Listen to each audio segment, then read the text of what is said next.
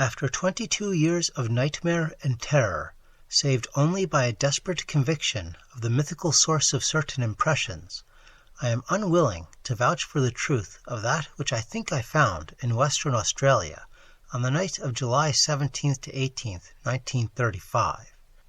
There is reason to hope that my experience was wholly or partly a hallucination, for which, indeed, abundant causes existed. And yet its realism was so hideous that I sometimes find hope impossible. If the thing did happen, then man must be prepared to accept notions of the cosmos and of his own place in the seething vortex of time, whose merest mention is paralyzing. He must, too, be placed on guard against a specific lurking peril which, though it will never engulf the whole race, may impose monstrous and unguessable horrors upon certain venturesome members of it. It is for this latter reason that I urge, with all the force of my being, a final abandonment of all attempts at unearthing those fragments of unknown primordial masonry which my expedition set out to investigate. Assuming that I was sane and awake, my experience on that night was such as befallen no man before. It was, moreover, a frightful confirmation of all I had sought to dismiss as myth and dream. Mercifully, there is no proof, for in my fright I lost the awesome object which would, if real and brought out of that noxious abyss, have formed irrefutable evidence. When I came upon the horror, I was alone, and I have up to now told no one about it. I could not stop the others from digging in its direction, but chance and the shifting sand have so far saved them from finding it.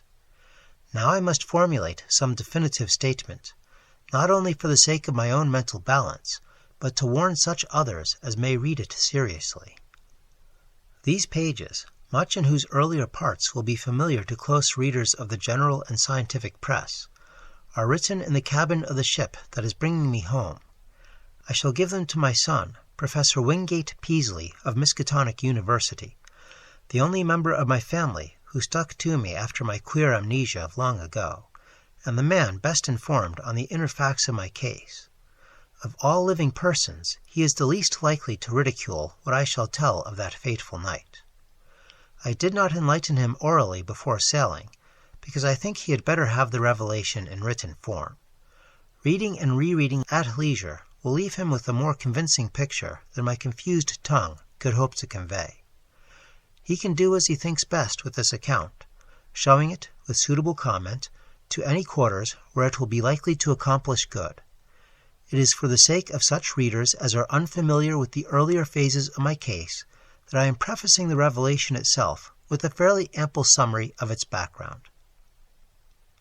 My name is Nathaniel Wingate Peaslee, and those who recall the newspaper tales of a generation back, or the letters and articles in psychological journals 6 or 7 years ago, will know who and what I am.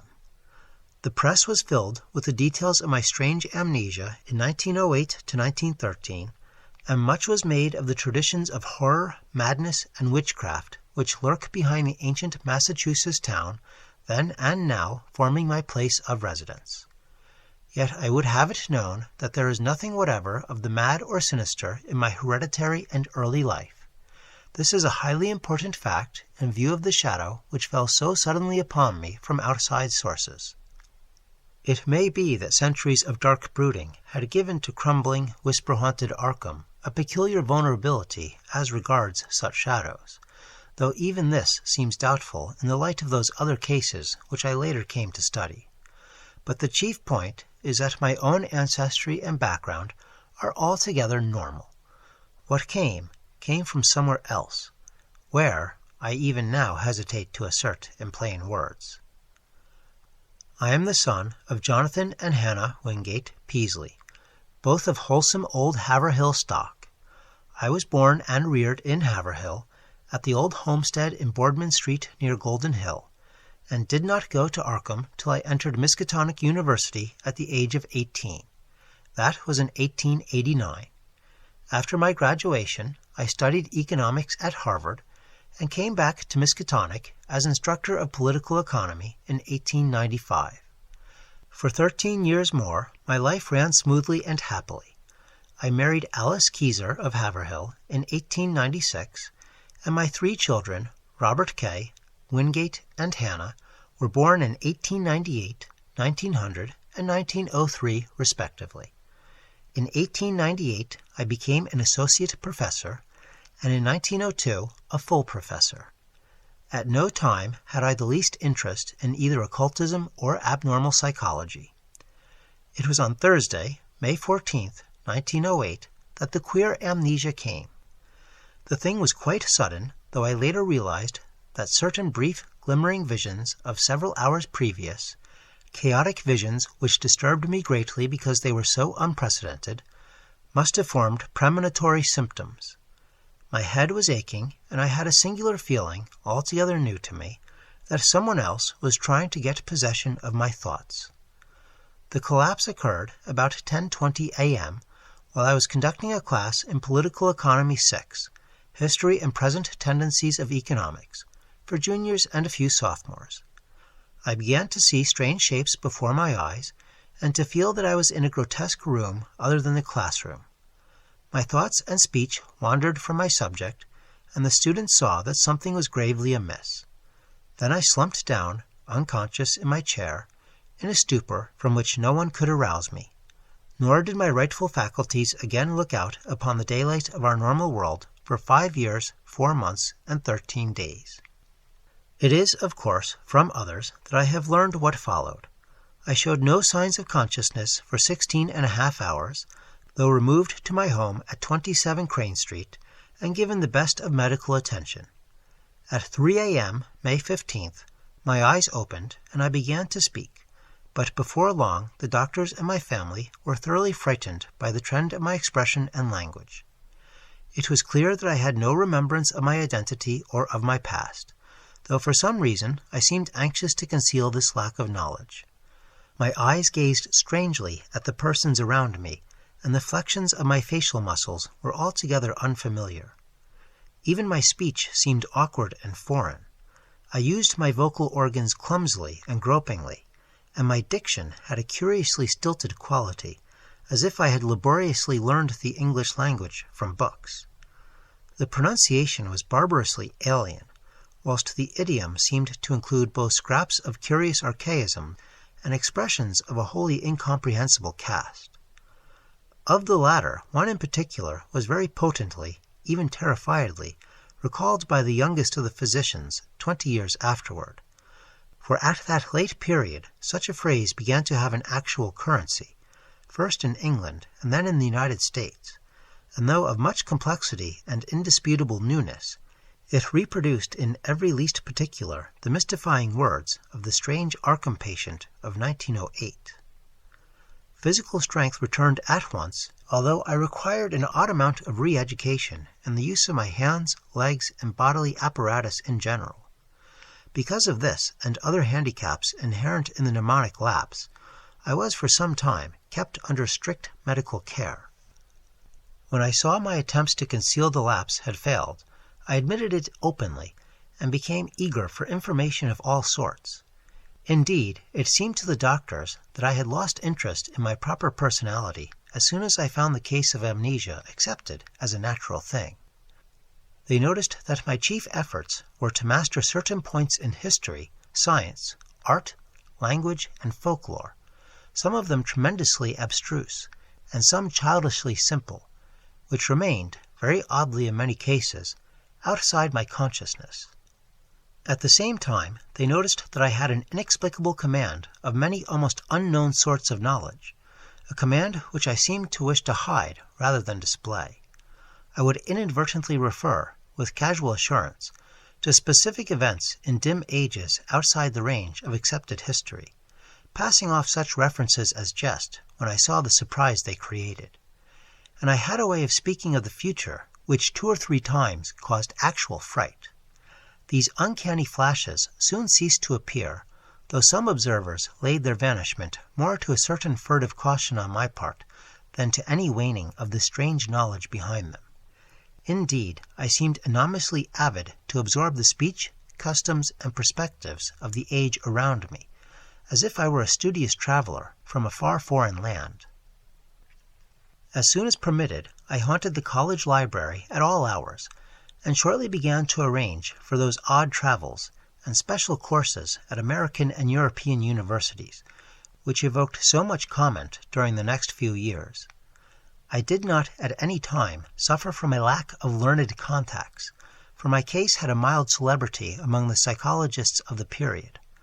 I was lectured upon as a typical example of secondary personality, even though I seemed to puzzle the lecturers now and then with some bizarre symptom or some queer trace of carefully veiled mockery.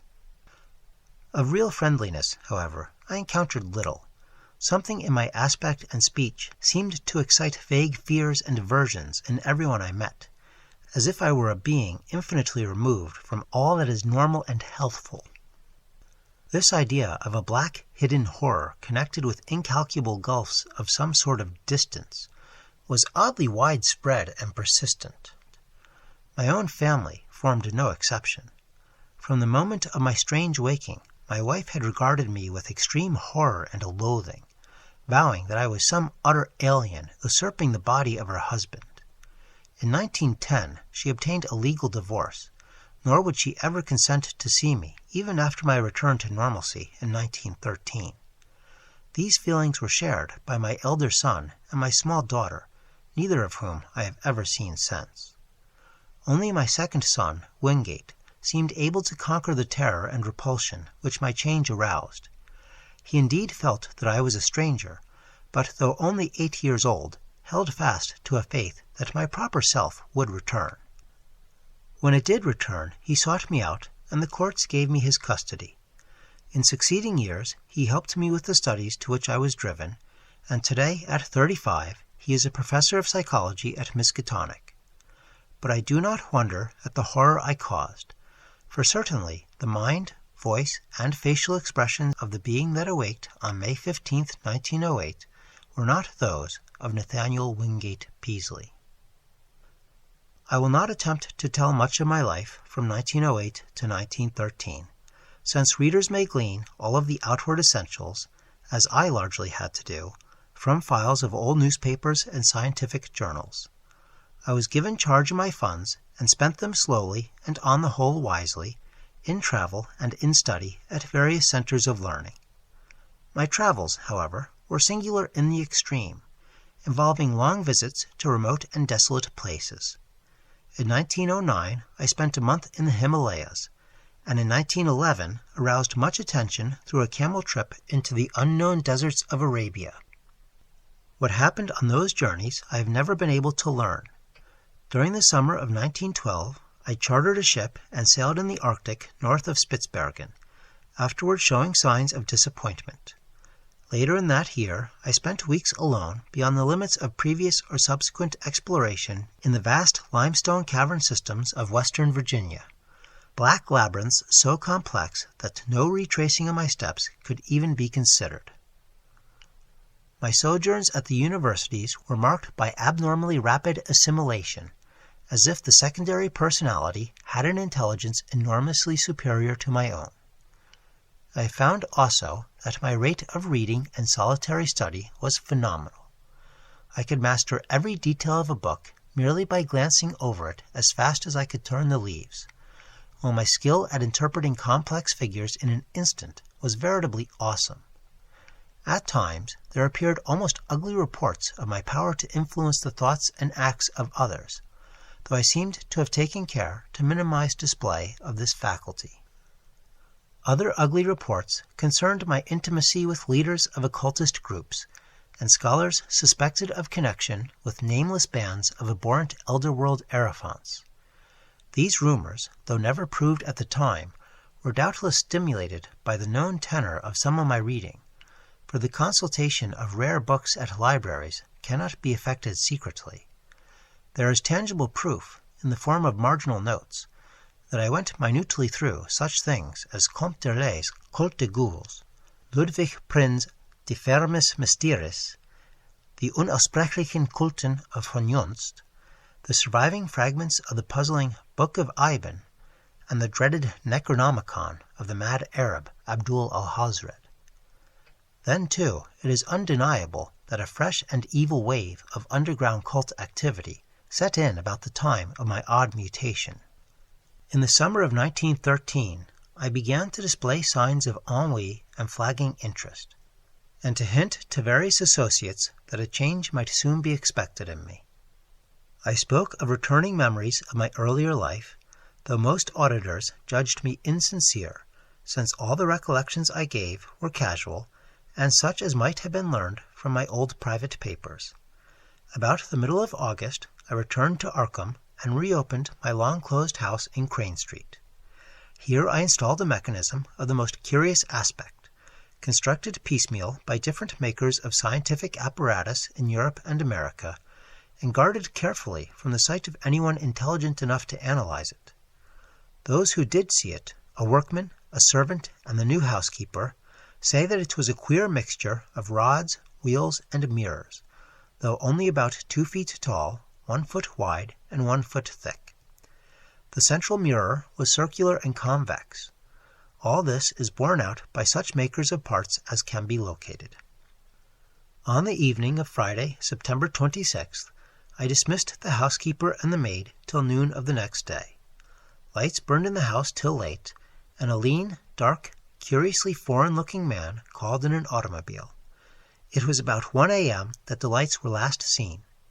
At 2:15 a.m. a policeman observed the place in darkness, but with the stranger's motor still at the curb. By 4 o'clock the motor was certainly gone. It was at 6 that a hesitant, foreign voice on the telephone asked Dr. Wilson to call at my house and bring me out of a peculiar faint. This call, a long-distance one, was later traced to a public booth in the North Station in Boston, but no sign of the lean foreigner was ever unearthed. When the doctor reached my house, he found me unconscious in the sitting room, in an easy-chair with a table drawn up before it. On the polished tabletop were scratches showing where some heavy object had rested. The queer machine was gone, nor was anything afterward heard of it. Undoubtedly, the dark, lean foreigner had taken it away. In the library grate were abundant ashes evidently left from the burning of every remaining scrap of paper on which I had written since the advent of the amnesia.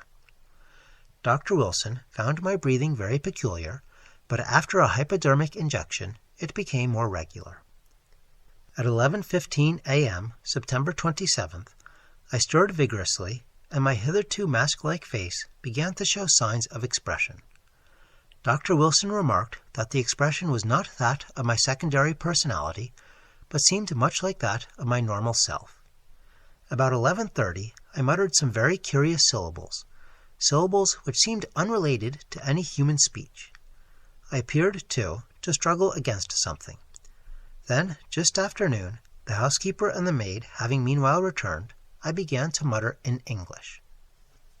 Of the orthodox economists of that period, Jevons typifies the prevailing trend toward scientific correlation. His attempt to link the commercial cycle of prosperity and depression with the physical cycle of the solar spots forms perhaps the apex of. Nathaniel Wingate Peaslee had come back, a spirit in whose timescale it was still that Thursday morning in 1908, with the economics class gazing up at the battered desk on the platform. My reabsorption into normal life was a painful and difficult process. The loss of over 5 years creates more complications than can be imagined, and in my case there were countless matters to be adjusted.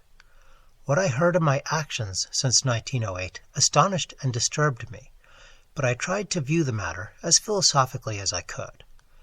At last regaining custody of my second son Wingate, I settled down with him in the Crane Street house and endeavored to resume teaching, my old professorship having been kindly offered me by the college. I began working with the February 1914 term and kept at it just a year. By that time I realized how badly my experience had shaken me. Though perfectly sane, I hoped, and with no flaw in my original personality, I had not the nervous energy of the old days. Vague dreams and queer ideas continually haunted me, and when the outbreak of the World War turned my mind to history, I found myself thinking of periods and events in the oddest possible fashion. My conception of time, my ability to distinguish between consecutiveness and simultaneousness seemed subtly disordered, so that I formed chimerical notions about living in one age and casting one's mind all over eternity for knowledge of past and future ages. The war gave me strange impressions of remembering some of its far-off consequences, as if I knew how it was coming out and could look back upon it in the light of future information. All such quasi-memories were attended with much pain, and with the feeling that some artificial psychological barrier was set against them. When I diffidently hinted to others about my impressions, I met with varied responses. Some persons looked uncomfortably at me, but men in the mathematics department spoke of new developments in those theories of relativity, then discussed only in learned circles, which were later to become so famous. Dr. Albert Einstein, they said, was rapidly reducing time to the status of a mere dimension. But the dreams and disturbed feelings gained on me, so that I had to drop my regular work in 1915. Certain of the impressions were taking an annoying shape, giving me the persistent notion that my amnesia had formed some unholy sort of exchange, that the secondary personality had indeed been an intruding force from unknown regions, and that my own personality had suffered displacement. Thus I was driven to vague and frightful speculations concerning the whereabouts of my true self during the years that another had held my body. The curious knowledge and strange conduct of my body's late tenant troubled me more and more as I learned further details from persons, papers, and magazines. Queerness that had baffled others seemed to harmonize terribly with some background of black knowledge which festered in the chasms of my subconscious. I began to search feverishly for every scrap of information bearing on the studies and travels of that other one during the dark years. Not all of my troubles were as semi-abstract as this. There were the dreams, and these seemed to grow in vividness and concreteness. Knowing how most would regard them, I seldom mentioned them to anyone but my son, or certain trusted psychologists. But eventually I commenced a scientific study of other cases in order to see how typical or non-typical such visions might be among amnesia victims. My results, aided by psychologists, historians, anthropologists, and mental specialists of wide experience, and by a study that included all records of split personalities from the days of demonic possession legends to the medically realistic present, at first bothered me more than they consoled me. I soon found that my dreams had indeed no counterpart in the overwhelming bulk of true amnesia cases. There remained, however, a tiny residue of accounts which for years baffled and shocked me with their parallelism to my own experience. Some of them were bits of ancient folklore. Others were case histories in the annals of medicine. One or two were anecdotes obscurely buried in standard histories. It thus appeared that, while my special kind of affliction was prodigiously rare, instances of it had occurred at long intervals ever since the beginning of man's annals. Some centuries might contain 1, 2, or 3 cases, others none, or at least none whose record survived. The essence was always the same: a person of keen thoughtfulness, seized with a strange secondary life, and leading for a greater or lesser period an utterly alien existence, typified at first by vocal and bodily awkwardness, and later by a wholesale acquisition of scientific, historic, artistic, and anthropological knowledge. An acquisition carried on with feverish zest and with a wholly abnormal absorptive power. Then a sudden return of the rightful consciousness, intermittently plagued ever after with vague, unplaceable dreams suggesting fragments of some hideous memory elaborately blotted out. And the close resemblance of those nightmares to my own, even in some of the smallest particulars, left no doubt in my mind of their significantly typical nature. One or two of the cases had an added ring of faint, blasphemous familiarity, as if I had heard them before through some cosmic channel too morbid and frightful to contemplate. In 3 instances, there was specific mention of an unknown machine, as had been in my house before the second change. Another thing that cloudily worried me during my investigation was the somewhat greater frequency of cases where a brief, elusive glimpse of the typical nightmares was afforded to persons not visited with well-defined amnesia.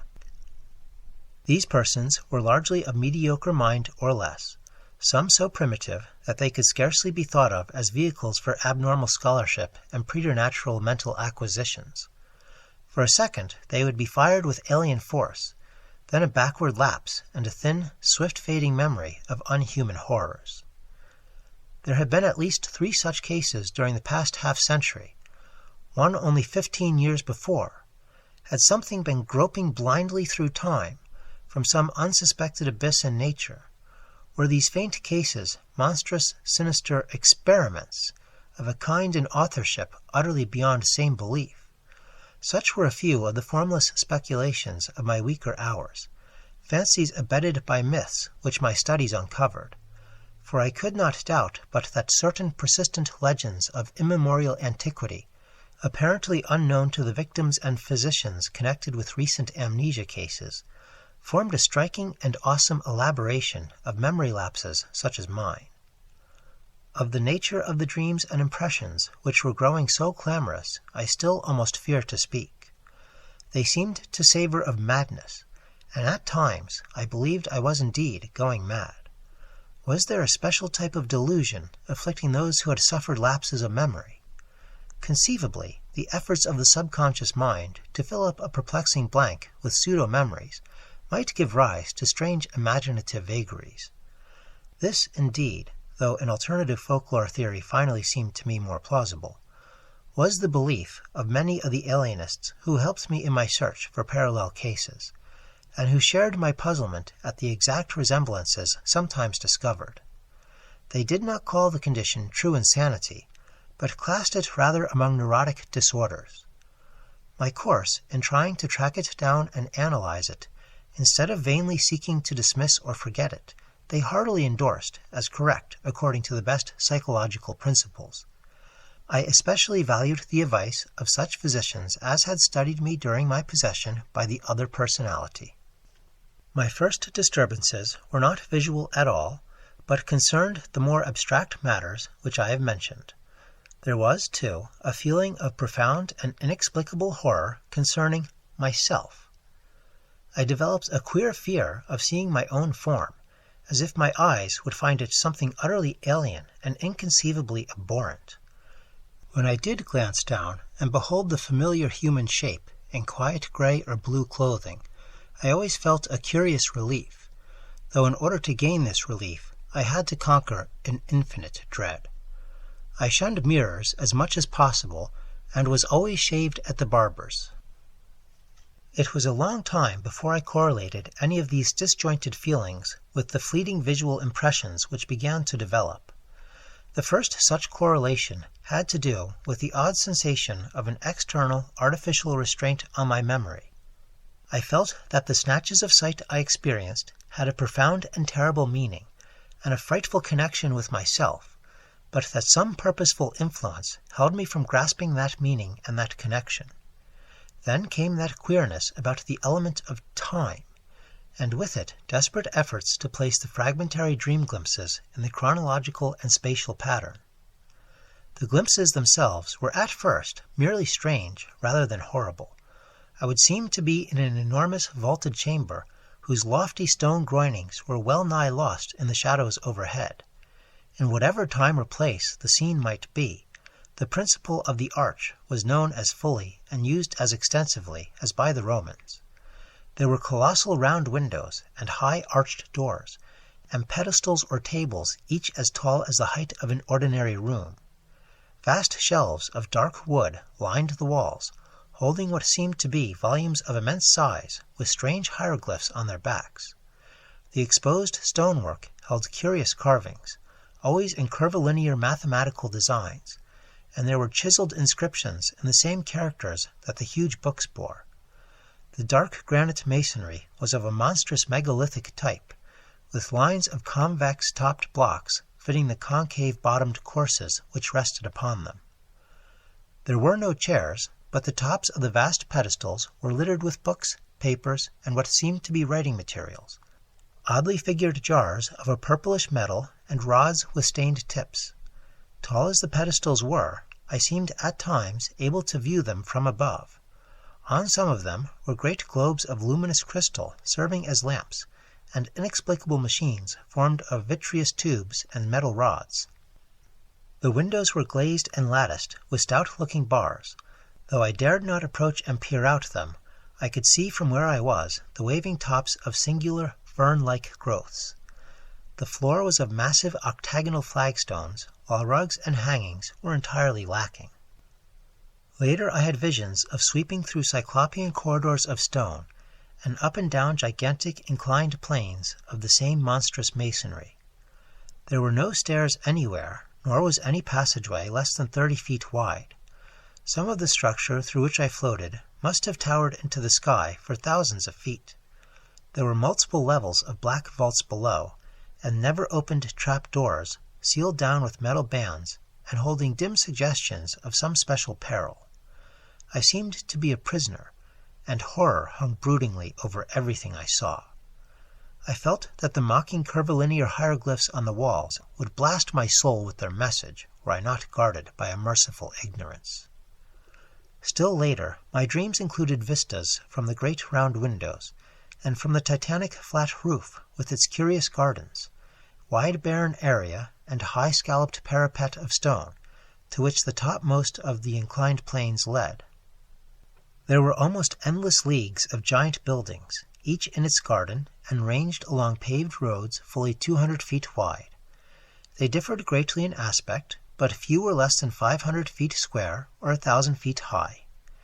Many seemed so limitless that they must have had a frontage of several thousand feet, while some shot up to mountainous altitudes in the gray, steamy heavens.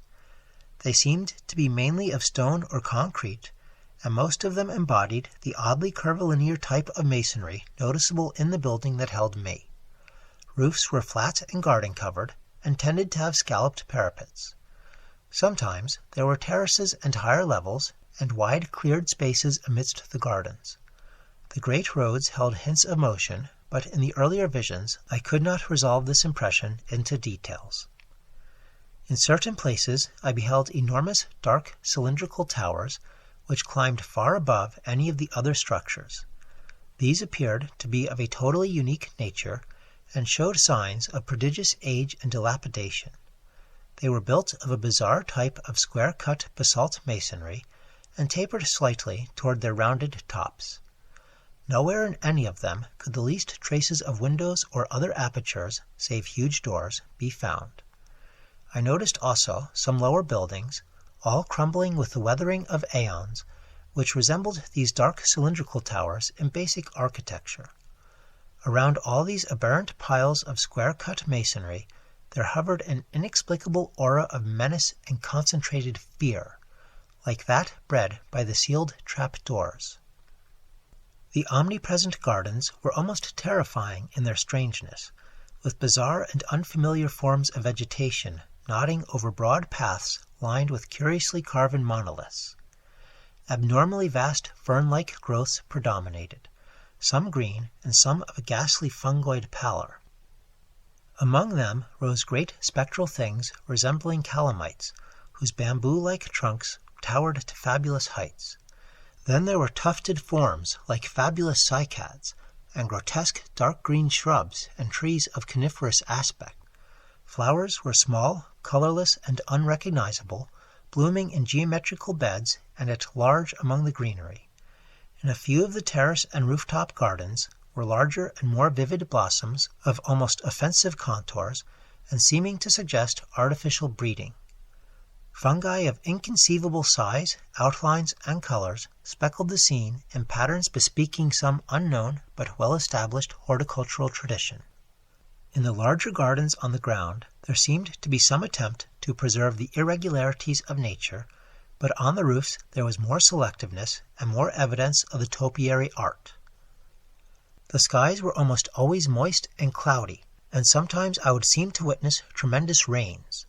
Once in a while, though, there would be glimpses of the sun, which looked abnormally large, and of the moon, whose markings held a touch of difference from the normal that I could never quite fathom. When, very rarely, the night sky was clear to any extent, I beheld constellations which were nearly beyond recognition. Known outlines were sometimes approximated, but seldom duplicated. And from the position of the few groups I could recognize, I felt I must be in the Earth's southern hemisphere, near the Tropic of Capricorn. The far horizon was always steamy and indistinct, but I could see that great jungles of unknown tree ferns, calamites, lepidodendra, and sigillera lay outside the city, their fantastic frondage waving mockingly in the shifting vapors. Now and then there would be suggestions of motion in the sky, but these my early visions never resolved. By the autumn of 1914, I began to have infrequent dreams of strange floatings over the city and through the regions around it. I saw interminable roads through forests of fearsome growths with mottled, fluted, and banded trunks, and past other cities as strange as the one which persistently haunted me. I saw monstrous constructions of black or iridescent stone in glades and clearings where perpetual twilight reigned, and traversed long causeways over swamps so dark I could tell but little of their moist, towering vegetation. Once I saw an area of countless miles strewn with age-blasted basaltic ruins, whose architecture had been like that of the few windowless, round-topped towers in the haunting city. And once I saw the sea, a boundless, steamy expanse beyond the colossal stone piers of an enormous town of domes and arches. Great, shapeless suggestions of shadow moved over it, and here and there its surface was vexed with anomalous spoutings. As I have said, it was not immediately that these wild visions began to hold their terrifying quality. Certainly, many persons have dreamed intrinsically stranger things, things compounded of unrelated scraps of daily life, pictures and reading, and arranged in fantastically novel forms by the unchecked caprices of sleep. For some time, I accepted the visions as natural, even though I had never before been an extravagant dreamer. Many of the vague anomalies, I argued, must have come from trivial sources too numerous to track down, while others seemed to reflect a common textbook knowledge of the plants and other conditions of the primitive world of 150 million years ago, the world of the Permian or Triassic age. In the course of some months, however, the element of terror did figure with accumulating force. This was when the dreams began so unfailingly to have the aspect of memories, and when my mind began to link them with my growing abstract disturbances, the feeling of mnemonic restraint, the curious impressions regarding time, the sense of a loathsome exchange with my secondary personality of 1908 to 1913, and considerably later, the inexplicable loathing of my own person.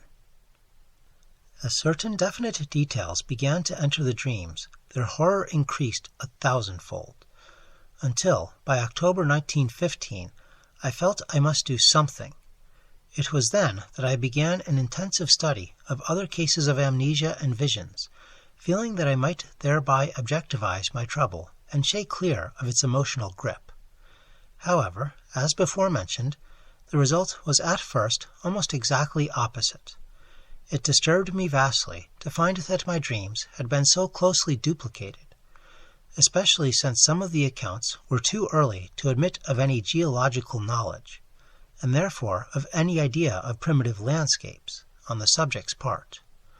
What is more, many of these accounts supplied very horrible details and explanations in connection with the visions of great buildings and jungle gardens, and other things. The actual sights and vague impressions were bad enough, but what was hinted or asserted by some of the other dreamers savored of madness and blasphemy. Worst of all, my own pseudo-memory was aroused to wilder dreams and hints of coming revelations. And yet, most doctors deemed my course, on the whole, an advisable one.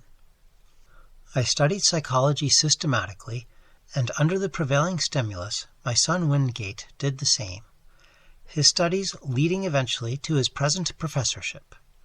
In 1917 and 1918, I took special courses at Miskatonic. Meanwhile, my examination of medical, historical, and anthropological records became indefatigable, involving travels to distant libraries, and finally including even a reading of the hideous books of forbidden elder lore, in which my secondary personality had been so disturbingly interested. Some of the latter were the actual copies I had consulted in my altered state, and I was greatly disturbed by certain marginal notations and ostensible corrections of the hideous text in a script and idiom which somehow seemed oddly unhuman. These markings were mostly in the respective languages of the various books, all of which the writer seemed to know with equal though obviously academic facility. One note appended to von Jons's Unaussprechlichen Kulten, however, was alarmingly otherwise. It consisted of certain curvilinear hieroglyphs in the same ink as that of the German corrections, but following no recognized human pattern. And these hieroglyphs were closely and unmistakably akin to the characters constantly met with in my dreams, characters whose meaning I would sometimes momentarily fancy I knew, or was just on the brink of recalling. To complete my black confusion, my librarians assured me that, in view of previous examinations and records of consultation of the volumes in question, all of these notations must have been made by myself in my secondary state. This despite the fact that I was, and still am, ignorant of 3 of the languages involved. Piecing together the scattered records, ancient and modern, anthropological and medical, I found a fairly consistent mixture of myth and hallucination whose scope and wildness left me utterly dazed. Only one thing consoled me, the fact that the myths were of such early existence. What lost knowledge could have brought pictures of the Paleozoic or Mesozoic landscape into these primitive fables, I could not even guess, but the pictures had been there. Thus, a basis existed for the formation of a fixed type of delusion. Cases of amnesia no doubt created the general myth pattern, but afterward the fanciful accretions of the myths must have reacted on amnesia sufferers and colored their pseudo-memories. I myself had read and heard all the early tales during my memory lapse. My quest had amply proved that. Was it not natural, then, for my subsequent dreams and emotional impressions to become colored and molded by what my memory subtly held over from my secondary state? A few of those myths had significant connections with other cloudy legends of the pre-human world, especially those Hindu tales involving stupefying gulfs of time and forming part of the lore of modern theosophists. Primal myth and modern delusion joined in their assumption that mankind is only one, perhaps the least, of the highly evolved and dominant races of this planet's long and largely unknown career. Things of inconceivable shape, they implied, had reared towers to the sky and delved into every secret of nature before the first amphibian forebear of man had crawled out of the hot sea 300 million years ago. Some had come down from the stars. A few were as old as the cosmos itself. Others had arisen swiftly from Terran germs as far behind the first germs of our life cycle as those germs are behind ourselves. Spans of thousands of millions of years and linkages with other galaxies and universes were freely spoken of. Indeed, there was no such thing as time in its humanly accepted sense. But most of these tales and impressions concerned a relatively late race, of a queer and intricate shape resembling no life form known to science, which had lived till only 50 million years before the advent of man. This, they indicated, was the greatest race of all, because it alone had conquered the secret of time. It had learned all things that ever were known, or ever would be known, on the earth, through the power of its keener minds to project themselves into the past and future, even through gulfs of millions of years, and study the lore of every age. From the accomplishments of this race arose all legends of prophets, including those in human mythology. In its vast libraries were volumes of texts and pictures holding the whole of Earth's annals, histories and descriptions of every species that had ever been or that ever would be, with full records of their arts, their achievements, their languages, and their psychologies. With this aeon-embracing knowledge, the great race chose from every era and life form such thoughts, arts, and processes as might suit its own nature and situation. Knowledge of the past, secured through a kind of mind-casting outside the recognized senses, was harder to glean than knowledge of the future. In the latter case, the course was easier and more material. With suitable mechanical aid, a mind would project itself forward in time, feeling its dim, extrasensory way till it approached the desired period.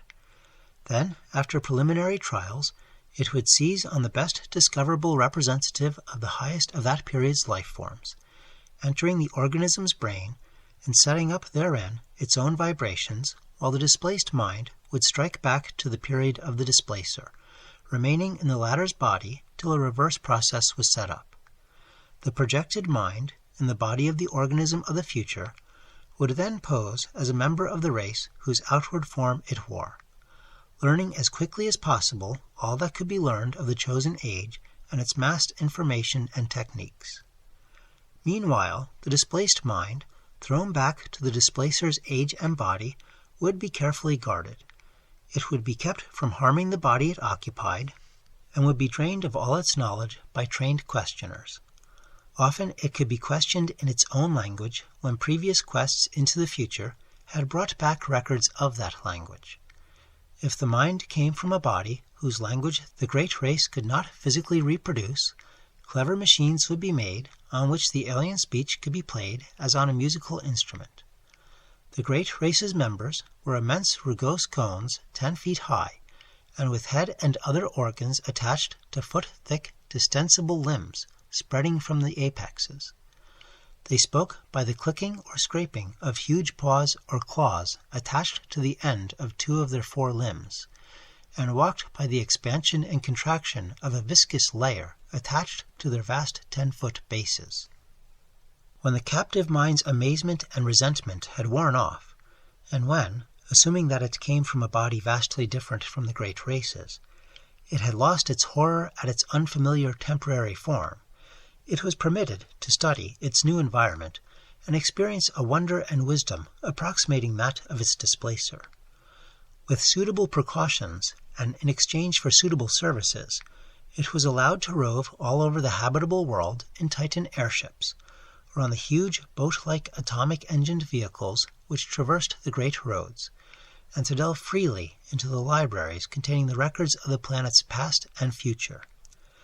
This reconciled many captive minds to their lot, since none were other than keen, and to such minds the unveiling of hidden mysteries of earth, closed chapters of inconceivable pasts and dizzying vortices of future time, which include the years ahead of their own natural ages, forms always, despite the abysmal horrors often unveiled, the supreme experience of life. Now and then, certain captives were permitted to meet other captive minds, seized from the future, to exchange thoughts with consciousnesses living 100 or 1,000 or 1,000,000 years before or after their own ages, and all were urged to write copiously in their own languages of themselves and their respective periods, such documents to be filed in the great central archives. It may be added that there was one sad, special type of captive whose privileges were far greater than those of the majority. These were the dying, permanent exiles, whose bodies in the future had been seized by keen-minded members of the great race who, faced with death, sought to escape mental extinction. Such melancholy exiles were not as common as might be expected, since the longevity of the great race lessened its love of life, especially among those superior minds capable of projection. From cases of the permanent projection of elder minds arose many of those lasting changes of personality noticed in later history, including mankind's. As for the ordinary case of exploration, when the displacing mind had learned what it wished in the future, it would build an apparatus like that which started its flight and reverse the process of projection. Once more, it would be in its own body in its own age, while the lately captive mind would return to that body of the future to which it properly belonged. Only when one or the other of the bodies had died during the exchange was this restoration impossible. In such cases, of course, the exploring mind had, like those of the death escapers, to live out an alien-bodied life in the future, or else the captive mind, like the dying permanent exiles, had to end its days in the form and past age of the great race. This fate was least horrible when the captive mind was also of the great race. A not infrequent occurrence, since in all periods that race was intensely concerned with its own future. The number of dying permanent exiles of the great race was very slight, largely because of the tremendous penalties attached to displacements of future great race minds by the moribund. Through projection, arrangements were made to inflict these penalties on the offending minds in their new future bodies, and sometimes forced re-exchanges were effected. Complex cases of the displacement of exploring or already captive minds by minds in various regions of the past had been known and carefully rectified. In every age since the discovery of mind projection, a minute but well-recognized element of the population consisted of great race minds from past ages, sojourning for a longer or shorter while. When a captive mind of alien origin was returned to its own body in the future, it was purged by an intricate mechanical hypnosis of all it had learned in the great race's age. This because of certain troublesome consequences inherent in the general carrying forward of knowledge in large quantities. The few existing instances of clear transmission had caused, and would cause at known future times, great disasters. And it was largely in consequence of two cases of the kind, said the old myths, that mankind had learned what it had concerning the great race. Of all things surviving physically and directly from that aeon-distant world, there remained only certain ruins of great stones in far places and under the sea, and parts of the texts of the frightful Pnakotic manuscripts. Thus the returning mind reached its own age with only the faintest and most fragmentary visions of what it had undergone since its seizure. All memories that could be eradicated were eradicated, so that in most cases only a dream-shadowed blank stretched back to the time of the first exchange. Some minds recalled more than others, and the chance joining of memories had at rare times brought hints of the forbidden past to future ages. There probably never was a time when groups or cults did not secretly cherish certain of these hints. In the Necronomicon, the presence of such a cult among human beings was suggested, a cult that sometimes gave aid to minds voyaging down the aeons from the days of the great race. And meanwhile the great race itself waxed well-nigh omniscient, and turned to the task of setting up exchanges with the minds of other planets, and of exploring their pasts and futures. It sought likewise to fathom the past years and origins of that black aeon-dead orb in far space whence its own mental heritage had come. For the mind of the great race was older than its bodily form. The beings of a dying elder world, wise with the ultimate secrets, had looked ahead for a new world and species wherein they might have long life, and had sent their minds en masse into that future race best adapted to house them, the cone-shaped things that peopled our earth 1 billion years ago. Thus the great race came to be, while the myriad minds sent backward were left to die in the horror of strange shapes. Later, the race would again face death, yet would live through another forward migration of its best minds into the bodies of others who had a longer physical span ahead of them. Such was the background of intertwined legend and hallucination. When, around 1920, I had my researches in coherent shape, I felt a slight lessening of the tension which their earlier stages had increased. After all, and in spite of the fancies prompted by blind emotions, were not most of my phenomena readily explainable. Any chance might have turned my mind to dark studies during the amnesia, and then I read the forbidden legends and met the members of ancient and ill-regarded cults. That, plainly, supplied the material for the dreams and disturbed feelings which came after the return of memory. As for the marginal notes in dream hieroglyphs and languages unknown to me, but laid at my door by librarians, I might easily have picked up a smattering of the tongues during my secondary state, while the hieroglyphs were doubtless coined by my fancy from descriptions in old legends, and afterward woven into my dreams. I tried to verify certain points through conversations with known cult leaders, but never succeeded in establishing the right connections. At times, the parallelism of so many cases in so many distant ages continued to worry me as it had at first. But on the other hand, I reflected that the excitant folklore was undoubtedly more universal in the past than in the present. Probably all the other victims whose cases were like mine had had a long and familiar knowledge of the tales I had learned only when in my secondary state. When these victims had lost their memory, they had associated themselves with the creatures of their household myths, the fabulous invaders supposed to displace men's minds, and had thus embarked upon quests for knowledge which they thought they could take back to a fancied non-human past. Then, when their memory returned, they reversed the associative process and thought of themselves as the former captive minds instead of as the displacers. Hence the dreams and pseudo-memories following the conventional myth pattern. Despite the seeming cumbrousness of these explanations, they came finally to supersede all others in my mind, largely because of the greater weakness of any rival theory, and a substantial number of eminent psychologists and anthropologists gradually agreed with me. The more I reflected, the more convincing did my reasoning seem, till in the end I had a really effective bulwark against the visions and impressions which still assailed me. Suppose I did see strange things at night. These were only what I had heard and read of. Suppose I did have odd loathings and perspectives and pseudo-memories. These, too, were only echoes of myths absorbed in my secondary state. Nothing that I might dream, nothing that I might feel, could be of any actual significance. Fortified by this philosophy, I greatly improved in nervous equilibrium, even though the visions, rather than the abstract impressions, steadily became more frequent and more disturbingly detailed.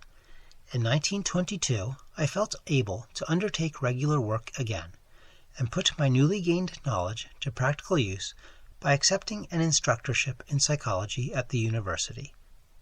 My old chair of political economy had long been adequately filled, besides which methods of teaching economics had changed greatly since my heyday.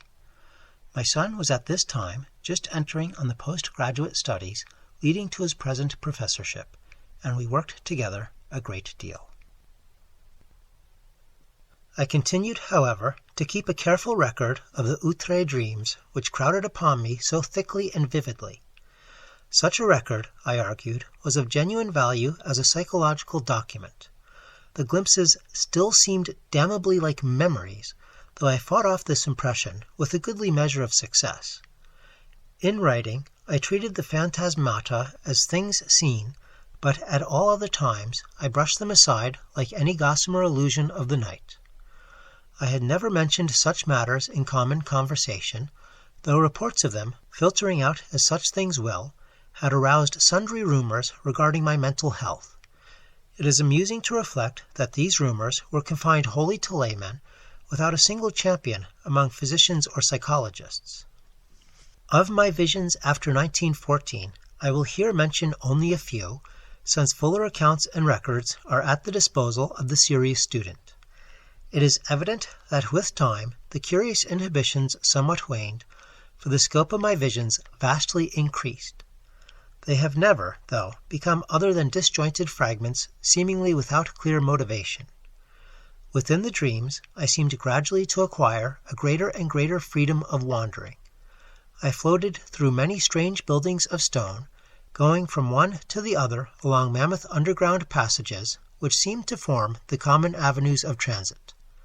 Sometimes I encountered those gigantic sealed trap-doors in the lowest level, around which such an aura of fear and forbiddenness clung.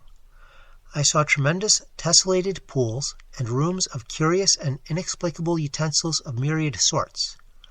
Then there were colossal caverns of intricate machinery, whose outlines and purpose were wholly strange to me, and whose sound manifested itself only after many years of dreaming. I may here remark that sight and sound are the only senses I have ever exercised in the visionary world. The real horror began in May 1915, when I first saw the living things. This was before my studies had taught me what, in view of the myths and case histories, to expect. As mental barriers wore down, I beheld great masses of thin vapor in various parts of the building and in the streets below. These steadily grew more solid and distinct, till at last I could trace their monstrous outlines with uncomfortable ease. They seemed to be enormous iridescent cones about 10 feet high and 10 feet wide at the base, and made up of some ridgy, scaly, semi-elastic matter. From their apexes projected 4 flexible, cylindrical members, each a foot thick and of a rigid substance like that of the cones themselves. These members were sometimes contracted almost to nothing, and sometimes extended to any distance up to about 10 feet. Terminating 2 of them were enormous claws or nippers. At the end of a third were 4 red trumpet-like appendages. The 4th terminated in an irregular yellowish globe some 2 feet in diameter and having 3 great dark eyes ranged along its central circumference. Surmounting this head were 4 slender gray stalks bearing flower-like appendages, whilst from its nether side dangled 8 greenish antennae or tentacles. The great base of the central cone was fringed with a rubbery gray substance which moved the whole entity through expansion and contraction. Their actions, though harmless, horrified me even more than their appearance, for it is not wholesome to watch monstrous objects doing what one has known only human beings to do. These objects moved intelligently around the great rooms, getting books from the shelves and taking them to the great tables, or vice versa, and sometimes writing diligently with a pen-like rod gripped in the greenish head tentacles. The huge nippers were used in carrying books and in conversation speech consisting of a kind of clicking and scraping. The objects had no clothing, but wore satchels or knapsacks suspended from the top of the conical trunk. They commonly carried their head and its supporting member at the level of the cone top, although it was frequently raised or lowered. The other 3 great members tended to rest downward on the sides of the cone, contracted to about 5 feet each, when not in use. From their rate of reading, writing, and operating their machines, those on the tables seemed somehow connected with thought. I concluded that their intelligence was enormously greater than man's. Afterward, I saw them everywhere, swarming in all the great chambers and corridors, tending monstrous machines in vaulted crypts, and racing along the vast roads in gigantic boat-shaped cars.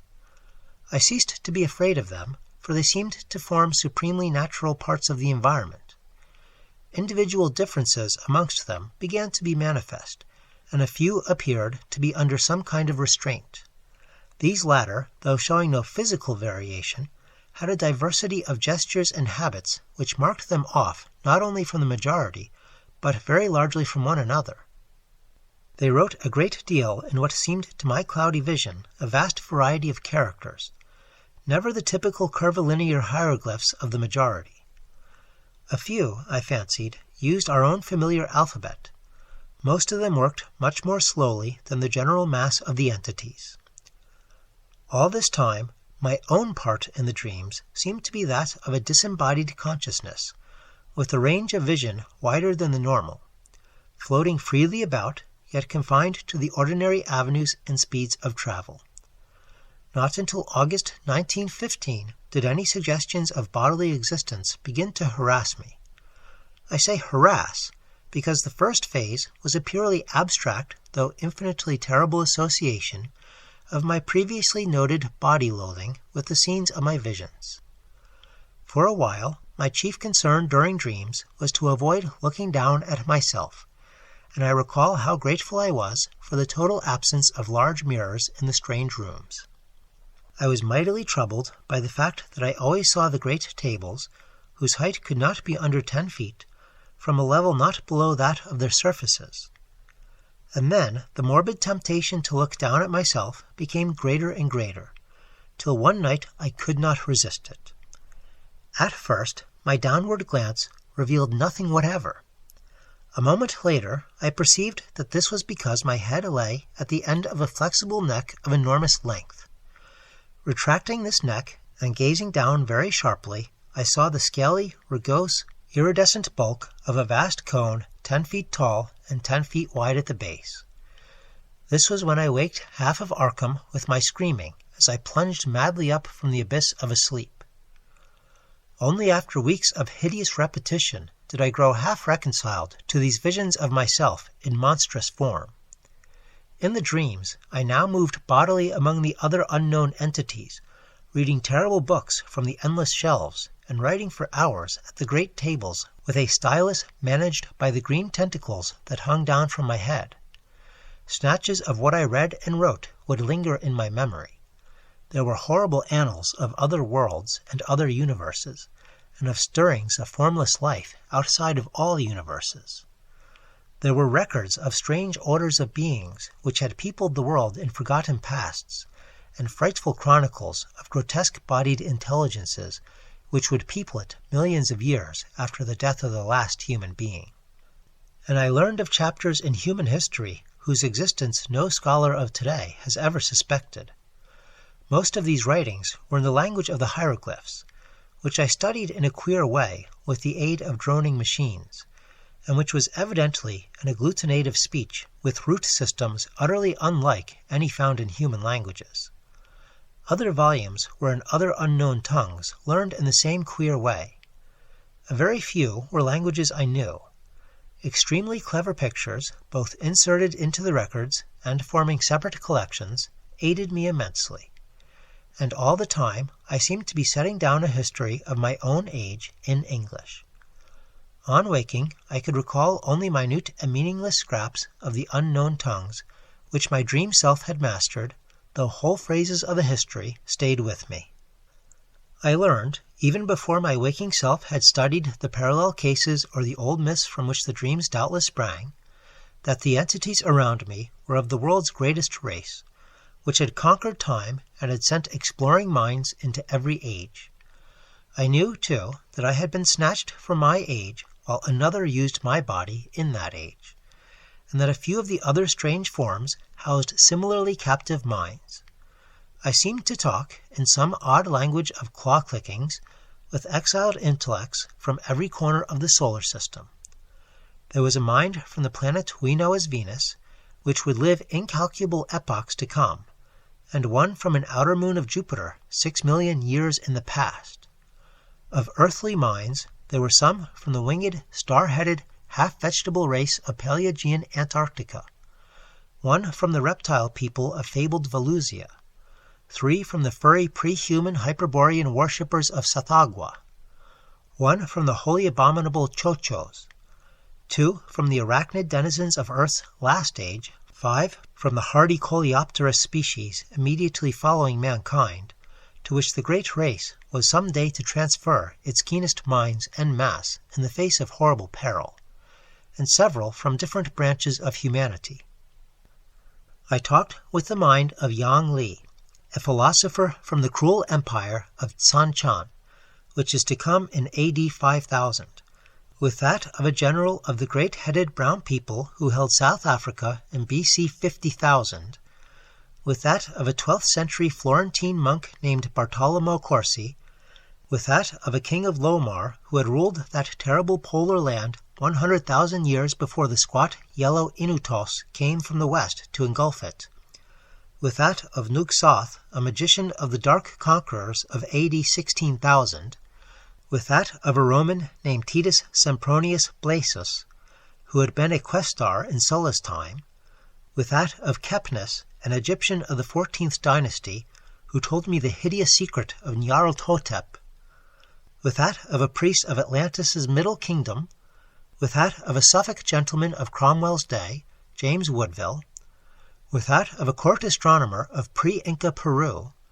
with that of the Australian physicist Neville Kingston Brown, who will die in AD 2518, with that of an archmage of the vanished Ye in the Pacific, with that of Theodotides, a Greco-Bactrian official of BC 200, with that of an aged Frenchman of Louis XIII's time, Pierre-Louis Montmagny, with that of Crom Ya, a Sumerian chieftain of BC 15,000, and with so many others that my brain cannot hold the shocking secrets and dizzying marvels I learned from them. I awaked each morning in a fever, sometimes frantically trying to verify or discredit such information as fell within the range of modern human knowledge. Traditional facts took on new and doubtful aspects, and I marveled at the dream fancy which could invent such surprising addenda to history and science. I shivered at the mysteries the past may conceal, and trembled at the menaces the future may bring forth. What was hinted in the speech of post-human entities of the fate of mankind produced such an effect on me that I will not set it down here. After man, there would be the mighty Beetle Civilization, the bodies of whose members the cream of the great race would seize when the monstrous doom overtook the elder world. Later, as the Earth's span closed, the transferred minds would again migrate through time and space to another stopping place in the bodies of the bulbous vegetable entities of Mercury. But there would be races after them, clinging pathetically to the cold planet and burrowing to its horror-filled core before the utter end. Meanwhile, in my dreams, I wrote endlessly in that history of my own age, which I was preparing, half voluntarily and half through promises of increased library and travel opportunities, for the great race's central archives. The archives were in a colossal subterranean structure near the city center, which I came to know well through frequent labors and consultations. Meant to last as long as the race, and to withstand the fiercest of Earth's convulsions, this Titan repository surpassed all other buildings in the massive, mountain-like firmness of its construction. The records, written or printed on great sheets of a curiously tenacious cellulose fabric, were bound into books that opened from the top and were kept in individual cases of a strange, extremely light, rustless metal of grayish hue, decorated with mathematical designs and bearing the title in the great race's curvilinear hieroglyphs. These cases were stored in tiers of rectangular vaults, like closed, locked shelves, wrought of the same restless metal and fastened by knobs with intricate turnings. My own history was assigned a specific place in the vaults of the lowest or vertebrate level, the section devoted to the culture of mankind and of the furry and reptilian races immediately preceding it in terrestrial dominance. But none of the dreams ever gave me a full picture of daily life. All were the merest misty disconnected fragments, and it is certain that these fragments were not unfolded in their rightful sequence. I have, for example, a very imperfect idea of my own living arrangements in the dream world, though I seem to have possessed a great stone room of my own. My restrictions as a prisoner gradually disappeared, so that some of the visions included vivid travels over the mighty jungle roads, sojourns in strange cities, and explorations of some of the vast, dark, windowless ruins from which the great race shrank in curious fear. There was also long sea voyages in enormous, many-decked boats of incredible swiftness, and trips over wild regions in closed, projectile-like airships, lifted and moved by electrical repulsion. Beyond the wide, warm ocean were other cities of the great race, and on one far continent I saw the crude villages of the black-snouted, winged creatures who would evolve as a dominant stock after the great race had sent its foremost minds into the future to escape the creeping horror. Flatness and exuberant green life were always the keynote of the scene. Hills were low and sparse, and usually displayed signs of volcanic forces. Of the animals I saw, I could write volumes. All were wild, for the great race's mechanized culture had long since done away with domestic beasts, while food was wholly vegetable or synthetic. Clumsy reptiles of great bulk floundered in steaming morasses, fluttered in the heavy air, or spouted in the seas and lakes, and among these I fancied I could vaguely recognize lesser archaic prototypes of many forms: dinosaurs, pterodactyls, ichthyosaurs, labyrinthodonts, rhamphorhynchi, plesiosaurs, and the like, made familiar through paleontology. Of birds or mammals there were none that I could discern. The ground and swamps were constantly alive with snakes, lizards, and crocodiles, while insects buzzed incessantly amid the lush vegetation. And far out at sea, unspied and unknown monsters spouted mountainous columns of foam into the vaporous sky.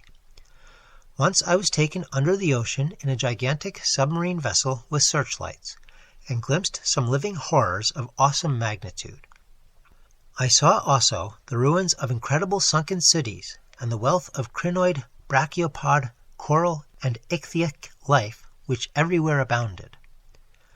Of the physiology, psychology, folkways, and detailed history of the great race, my visions preserved but little information, and many of the scattered points I here set down were gleaned from my study of old legends and other cases rather than from my own dreaming. For in time, of course, my reading and research caught up with and passed the dreams in many phases, so that certain dream fragments were explained in advance and formed verifications of what I had learned. This consolingly established my belief that similar reading and research, accomplished by my secondary self, had formed the source of the whole terrible fabric of pseudo-memories. The period of my dreams, apparently, was one somewhat less than 150 million years ago, when the Paleozoic age was giving place to the Mesozoic. The bodies occupied by the great race represented no surviving or even scientifically known line of terrestrial evolution, but were of a peculiar, closely homogeneous, and highly specialized organic type, inclining as much to the vegetable as to the animal state. Cell action was of a unique sort, almost precluding fatigue and wholly eliminating the need of sleep. Nourishment, assimilated through the red trumpet-like appendages of one of the great flexible limbs, was always semi-fluid and in many aspects wholly unlike the food of existing animals. The beings had but two of the senses which we recognize, sight and hearing, the latter accomplished through the flower-like appendages on the gray stalks above their heads, but of other and incomprehensible senses, not, however, well utilizable by alien captive minds inhabiting their bodies, they possessed many. Their three eyes were so situated as to give them a range of vision wider than the normal. Their blood was a sort of deep greenish ichor of great thickness. They had no sex, but reproduced through seeds or spores, which clustered on their bases and could be developed only under water. Great shallow tanks were used for the growth of their young, which were, however, reared only in small numbers on account of the longevity of individuals, 4,000 or 5,000 years being the common lifespan. Markedly defective individuals were quietly disposed of as soon as their defects were noticed. Disease and the approach of death were, in the absence of a sense of touch or of physical pain, recognized by purely visual symptoms. The dead were incinerated with dignified ceremonies. Once in a while, as before mentioned, a keen mind would escape death by forward projection in time, but such cases were not numerous. When one did occur, the exiled mind from the future was treated with the utmost kindness till the dissolution of its unfamiliar tenement. The great race seemed to form a single loosely knit nation or league, with major institutions in common, though there were four definite divisions. The political and economic system of each unit was a sort of fascistic socialism, with major resources rationally distributed and power delegated to a small governing board elected by the votes of all able to pass certain educational and psychological tests. Family organization was not overstressed, though ties among persons of common descent were recognized, and the young were generally reared by their parents. Resemblances to human attitudes and institutions were, of course, most marked in those fields where on the one hand highly abstract elements were concerned, or where, on the other hand, there was a dominance of the basic unspecialized urges common to all organic life. A few added likenesses came through conscious adoption as the great race probed the future and copied what it liked. Industry, highly mechanized, demanded but little time from each citizen, and the abundant leisure was filled with intellectual or aesthetic activities of various sorts. The sciences were carried on to an unbelievable height of development, and art was a vital part of life, though at the period of my dreams it had passed its crest and meridian. Technology was enormously stimulated through the constant struggle to survive and to keep in existence the physical fabric of great cities imposed by the prodigious geologic upheavals of those primal days. Crime was surprisingly scanty and was dealt with through highly efficient policing. Punishments ranged from privilege deprivation and imprisonment to death or major emotion wrenching, and were never administered without a careful study of the criminal's motivations. Warfare, largely civil for the last few millennia, though sometimes waged against reptilian and octopodic invaders, or against the winged, star-headed old ones who centered in the Antarctic, was infrequent though infinitely devastating. An enormous army, using camera-like weapons which produced tremendous electrical effects, was kept on hand for purposes seldom mentioned, but obviously connected with the ceaseless fear of the dark, windowless elder ruins and of the great sealed trapdoors in the lowest subterranean levels. This fear of the basalt ruins and trapdoors was largely a matter of unspoken suggestion, or, at most, of furtive quasi-whispers. Everything specific which bore on it was significantly absent from such books as were on the common shelves. It was the one subject lying altogether under a taboo among the great race, and seemed to be connected alike with horrible bygone struggles and with that future peril which would some day force the race to send its keener minds ahead en masse in time. Imperfect and fragmentary as were the other things presented by dreams and legends, this matter was still more bafflingly shrouded. The vague old myths avoided it, or perhaps all allusions had for some reason been excised, and in the dreams of myself and others the hints were peculiarly few. Members of the great race never intentionally referred to the matter, and what could be gleaned came only from some of the more sharply observant captive minds. According to these scraps of information, the basis of the fear was a horrible elder race of half-polypus, utterly alien entities, which had come through space from immeasurably distant universes, and had dominated the Earth and 3 other solar planets about 600 million years ago. They were only partly material, as we understand matter, and their type of consciousness and media of perception differed wholly from those of terrestrial organisms. For example, their senses did not include that of sight, their mental world being a strange, non-visual pattern of impressions. They were, however, sufficiently material to use implements of normal matter when in cosmic areas containing it, and they required housing, albeit of a peculiar kind. Though their senses could penetrate all material barriers, their substance could not, and certain forms of electrical energy could wholly destroy them. They have the power of aerial motion despite the absence of wings or any other visible means of levitation.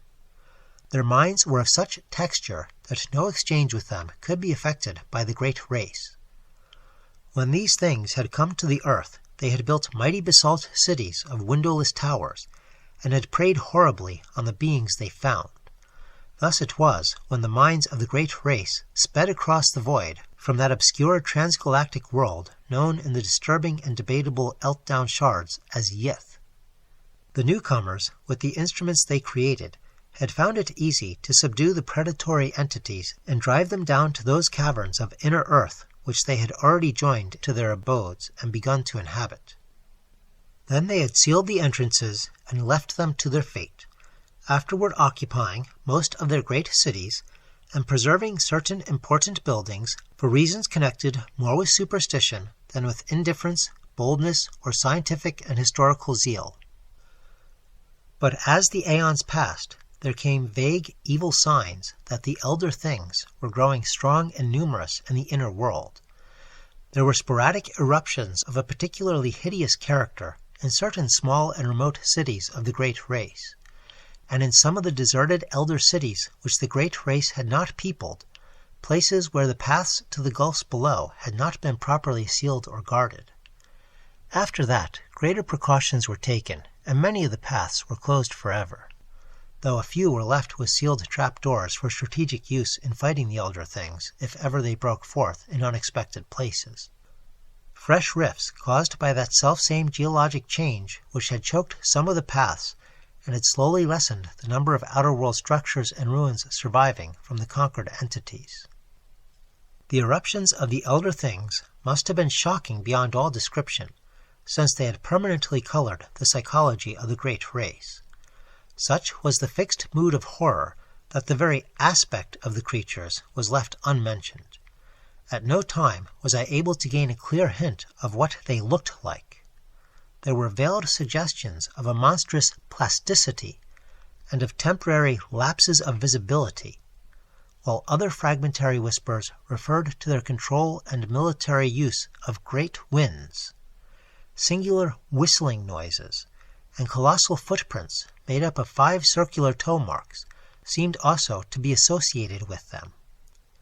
It was evident that the coming doom so desperately feared by the great race, the doom that was one day to send millions of keen minds across the chasm of time to strange bodies in the safer future, had to do with a final successful eruption of the elder beings. Mental projections down the ages had clearly foretold such a horror, and the great race had resolved that none who could escape should face it, that the foray would be a matter of vengeance rather than an attempt to reoccupy the outer world. They knew from the planet's later history, for their projections showed the coming and going of subsequent races untroubled by the monstrous entities. Perhaps these entities had come to prefer Earth's inner abysses to the variable, storm-ravaged surface, since light meant nothing to them. Perhaps, too, they were slowly weakening with the aeons. Indeed, it was known that they would be quite dead in the time of the post-human beetle race, which the fleeing minds would tenant. Meanwhile, the great race maintained its cautious vigilance, with potent weapons ceaselessly ready despite the horrified banishing of the subject from common speech and visible records. And always the shadow of nameless fear hung about the sealed trap-doors and the dark, windowless elder towers. That is the world of which my dreams brought me dim, scattered echoes every night. I cannot hope to give any true idea of the horror and dread contained in such echoes, for it was upon a wholly intangible quality, the sharp sense of pseudo-memory, that such feelings mainly depended. As I have said, my studies gradually gave me a defense against these feelings, in the form of rational psychological explanations, and this saving influence was augmented by the subtle touch of accustomedness which comes with the passage of time. Yet in spite of everything, the vague, creeping terror would return momentarily now and then. It did not, however, engulf me as it had before, and after 1922 I lived a very normal life of work and recreation. In the course of years, I began to feel that my experience, together with the kindred cases and the related folklore, ought to be definitely summarized and published for the benefit of serious students. Hence I prepared a series of articles briefly covering the whole ground and illustrated with crude sketches of some of the shapes, scenes, decorative motifs, and hieroglyphs remembered from the dreams. These appeared at various times during 1928 and 1929 in the Journal of the American Psychological Society, but did not attract much attention. Meanwhile, I continued to record my dreams with the minutest care, even though the growing stack of reports attained troublesomely vast proportions. On July 10, 1934, there was forwarded to me by the Psychological Society the letter which opened the culminating and most horrible phase of the whole mad ordeal. It was postmarked Pilbara, Western Australia, and bore the signature of one whom I found, upon inquiry, to be a mining engineer of considerable prominence. Enclosed were some very curious snapshots. I will reproduce the text in its entirety, and no reader can fail to understand how tremendous an effect it and the photographs had upon me.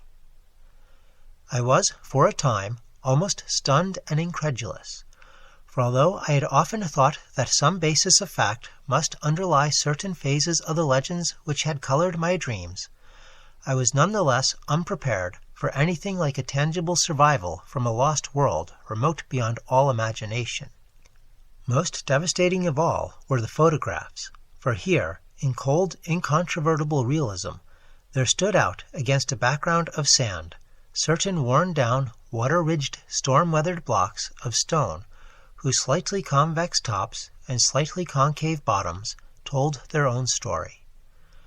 and when I studied them with a magnifying glass, I could see all too plainly, amidst the batterings and pittings, the traces of those vast curvilinear designs and occasional hieroglyphs whose significance had become so hideous to me. But here is the letter, which speaks for itself. 49 Dampier Street, Pilbara, Western Australia, 18th of May, 1934. Professor N.W. Peasley, care of the American Psychological Society, 30 East 41st Street, New York City, USA. My dear Sir, a recent conversation with Dr. E. M. Boyle of Perth, and some papers with your articles which he has just sent me, make it advisable for me to tell you about certain things I have seen in the great sandy desert east of our goldfield here. It would seem, in view of the peculiar legends about old cities with huge stonework and strange designs and hieroglyphs which you describe, that I have come upon something very important. The black fellows have always been full of talk about great stones with marks on them, and seem to have a terrible fear of such things. They connect them in some way with their common racial legends about Budai, the gigantic old man who lies asleep for ages underground with his head on his arm, and who will some day awake and eat up the world. There are some very old and half-forgotten tales of enormous underground huts of great stones, where passages lead down and down, and where horrible things have happened. The black fellows claim that once some warriors, fleeing in battle, went down into one and never came back, but that frightful wind began to blow from the place soon after they went down. However, there usually isn't much in what these natives say. But what I have to tell is more than this.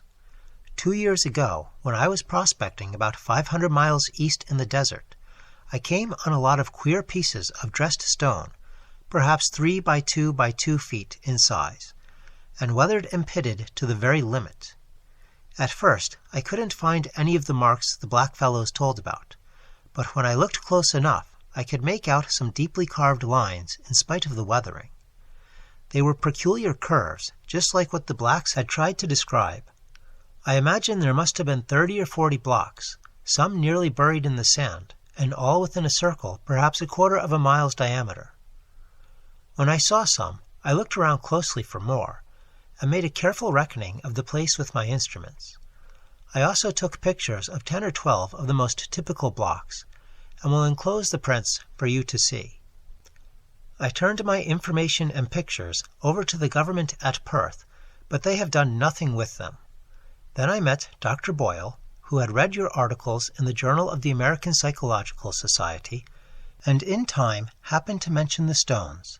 He was enormously interested and became quite excited when I showed him my snapshots, saying that the stones and markings were just like those of the masonry you had dreamed about and seen described in legends. He meant to write you, but was delayed.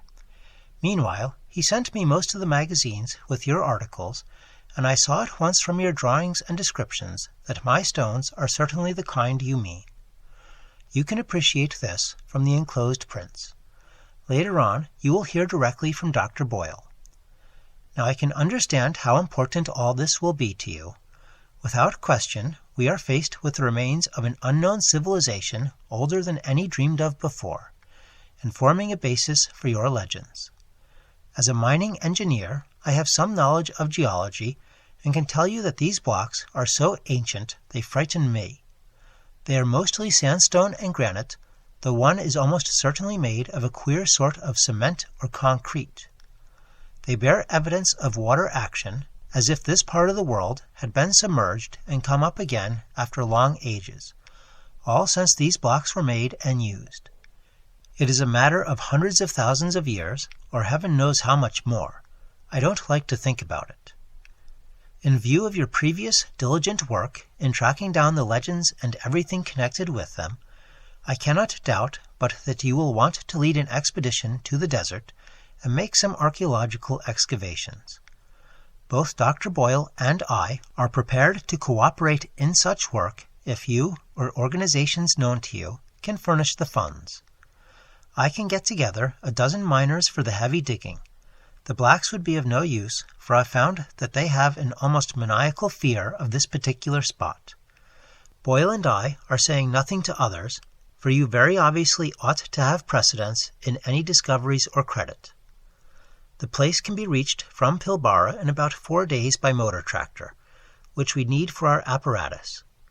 It is somewhat west and south of Warburton's Path of 1873 and 100 miles southeast of Joanna Spring. We could float things up the De Grey River instead of starting from Pilbara, but all that can be talked over later. Roughly, the stones lie at a point about 22 degrees, 3 minutes, 14 seconds south latitude, 125 degrees, 0 minutes, 39 seconds east longitude. The climate is tropical, and the desert conditions are trying. Any expedition had better be made in winter, June or July or August. I shall welcome further correspondence upon this subject, and am keenly eager to assist in any plan you may devise. After studying your articles, I am deeply impressed with the profound significance of the whole matter. Dr. Boyle will write later. When rapid communication is needed, a cable to Perth can be relayed by wireless. Hoping profoundly for an early message. Believe me, most faithfully yours, Robert B. F. Mackenzie. Of the immediate aftermath of this letter, much can be learned from the press. My good fortune in securing the backing of Miskatonic University was great, and both Mr. Mackenzie and Dr. Boyle proved invaluable in arranging matters at the Australian end. We were not too specific with the public about our subjects, since the whole matter would have lent itself unpleasantly to sensational and jocose treatment by the cheaper newspapers. As a result, printed reports were sparing, but enough appeared to tell of our quest for reported Australian ruins and to chronicle our various preparatory steps. Professors William Dyer, of the college's Geology Department, leader of the Miskatonic Antarctic Expedition of 1930-31, Ferdinand C. Ashley, of the Department of Ancient History, and Tyler M. Freeborn, of the Department of Anthropology, together with my own son Wingate, accompanied me. My correspondent, Mackenzie, came to Arkham early in 1935 and assisted in our final preparations. He proved to be a tremendously competent and affable man of about 50, admirably well read, and deeply familiar with all the conditions of Australian travel. He had tractors waiting at Pilbara, and we chartered a tramp steamer of sufficiently light draught to get up the river to that point. We were prepared to excavate in the most careful and scientific fashion, sifting every particle of sand and disturbing nothing which might seem to be in or near its original situation. Sailing from Boston aboard the wheezy Lexington on March 28, 1935, we had a leisurely trip across the Atlantic and Mediterranean, through the Suez Canal, down the Red Sea, and across the Indian Ocean to our goal. I need not tell how the sight of the low, sandy West Australian coast depressed me, and how I detested the crude mining town and dreary goldfields where the tractors were given their last loads. Dr. Boyle, who met us, proved to be elderly, pleasant, and intelligent, and his knowledge of psychology led him into many long discussions with my son and me. Discomfort and expectancy were oddly mingled in most of us when at length our party of 18 rattled forth over the arid leagues of sand and rock. On Friday, May 31st, we forded a branch of the De Grey and entered the realm of utter desolation. A certain positive terror grew on me as we advanced to this actual sight of the elder world behind the legends. A terror, of course, abetted by the fact that my disturbing dreams and pseudo-memories still beset me with unabated force. It was on Monday, June 3rd, that we saw the first of the half-buried blocks. I cannot describe the emotions with which I actually touched, in objective reality, a fragment of cyclopean masonry in every respect like the blocks in the walls of my dream buildings. There was a distinct trace of carving, and my hands trembled as I recognized part of a curvilinear decorative scheme made hellish to me through years of tormenting nightmare and baffling research. A month of digging brought a total of some 1,250 blocks in varying stages of wear and disintegration. Most of these were carven megaliths with curved tops and bottoms. A minority were smaller, flatter, plain-surfaced, and square or octagonally cut, like those of the floors and pavements in my dreams, while a few were singularly massive and curved or slanted in such a manner as to suggest use in vaulting or groining, or as parts of arches or round window casings. The deeper and the farther north and east we dug, the more blocks we found, though we still failed to discover any trace of arrangement among them. Professor Dyer was appalled at the measureless age of the fragments, and Freeborn found traces of symbols which fitted darkly into certain Papuan and Polynesian legends of infinite antiquity. The condition and scattering of the blocks told mutely of vertiginous cycles of time and geologic upheavals of cosmic savagery. We had an aeroplane with us, and my son Wingate would often go up to different heights and scan the sand and rock waste for signs of dim, large-scale outlines, either differences of level or trails of scattered blocks. His results were virtually negative, for whenever he would one day think he had glimpsed some significant trend, he would on his next trip find the impression replaced by another equally insubstantial, a result of the shifting, wind-blown sand. One or two of these ephemeral suggestions, though, affected me queerly and disagreeably. They seemed, after a fashion, to dovetail horribly with something which I had dreamed or read, but which I could no longer remember. There was a terrible pseudo-familiarity about them, which somehow made me look furtively and apprehensively over the abominable, sterile terrain toward the north and northeast. Around the first week in July, I developed an unaccountable set of mixed emotions about that general northeasterly region. There was horror and there was curiosity, but more than that, there was a persistent and perplexing illusion of memory. I tried all sorts of psychological expedients to get these notions out of my head, but met with no success. Sleeplessness also gained upon me, but I almost welcomed this because of the resultant shortening of my dream periods. I acquired the habit of taking long, lone walks in the desert late at night, usually to the north or northeast, whither the sum of my strange new impulses seemed subtly to pull me. Sometimes on these walks I would stumble over nearly buried fragments of the ancient masonry, though there were fewer visible blocks here than where we had started. I felt sure that there must be a vast abundance beneath the surface. The ground was less level than at our camp, and the prevailing high winds now and then piled the sand into fantastic temporary hillocks, exposing some traces of the elder stones while it covered other traces. I was clearly anxious to have the excavations extend to this territory, yet at the same time dreaded what might be revealed. Obviously, I was getting into a rather bad state, all the worse because I could not account for it. An indication of my poor nervous health can be gained from my response to an odd discovery which I made on one of my nocturnal rambles. It was on the evening of July 11th, when a gibbous moon flooded the mysterious hillocks with a curious pallor. Wandering somewhat beyond my usual limits, I came upon a great stone which seemed to differ markedly from any we had yet encountered. It was almost wholly covered, but I stooped and cleared away the sand with my hands, later studying the object carefully and supplementing the moonlight with my electric torch. Unlike the other very large rocks, this one was perfectly square-cut, with no convex or concave surface. It seemed, too, to be of a dark basaltic substance, wholly dissimilar to the granite and sandstone and occasional concrete of the now familiar fragments. Suddenly I rose, turned, and ran for the camp at top speed.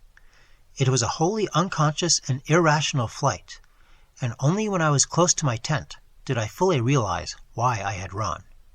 Then it came to me. The queer dark stone was something which I had dreamed and read about, and which was linked with the uttermost horrors of the aeon-old legendary. It was one of the blocks of that basaltic elder masonry which the fabled great race held in such fear, the tall, windowless ruins left by those brooding, half-material alien things that festered in earth's nether abysses, and against whose wind-like, invisible forces the trap-doors were sealed and the sleepless sentinels posted. I remained awake all that night, but by dawn realized how silly I had been to let the shadow of a myth upset me. Instead of being frightened, I should have had a discoverer's enthusiasm. The next forenoon I told the others about my find, and Dyer, Freeborn, Boyle, my son, and I set out to view the anomalous block. Failure, however, confronted us.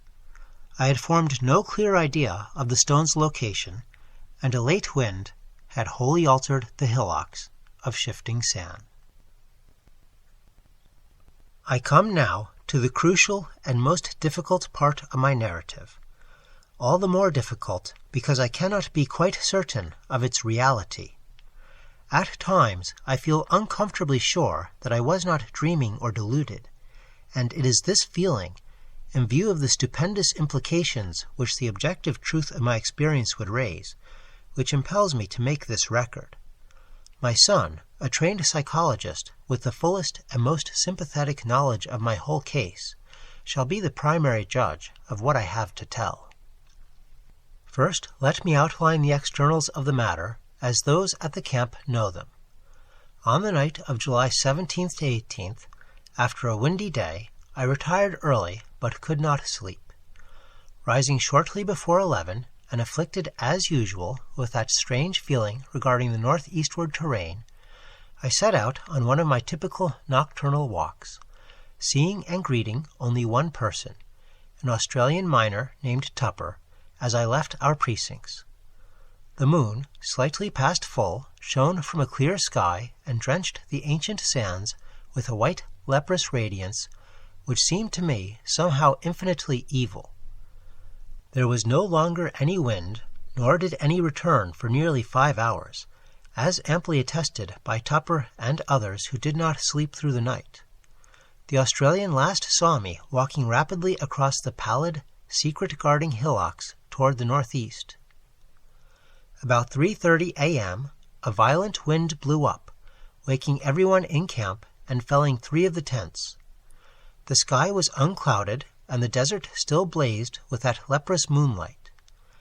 As the party saw to the tents, my absence was noted, but in view of my previous walks, this circumstance gave no one alarm. And yet as many as 3 men, all Australians, seemed to feel something sinister in the air.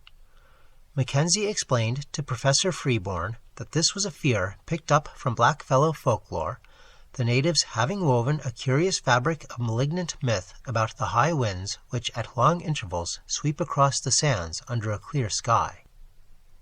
Such winds, it is whispered, blow out of the great stone huts under the ground where terrible things have happened, and are never felt except near places where the big marked stones are scattered. Close to 4, the gale subsided as suddenly as it had begun, leaving the sandhills in new and unfamiliar shapes.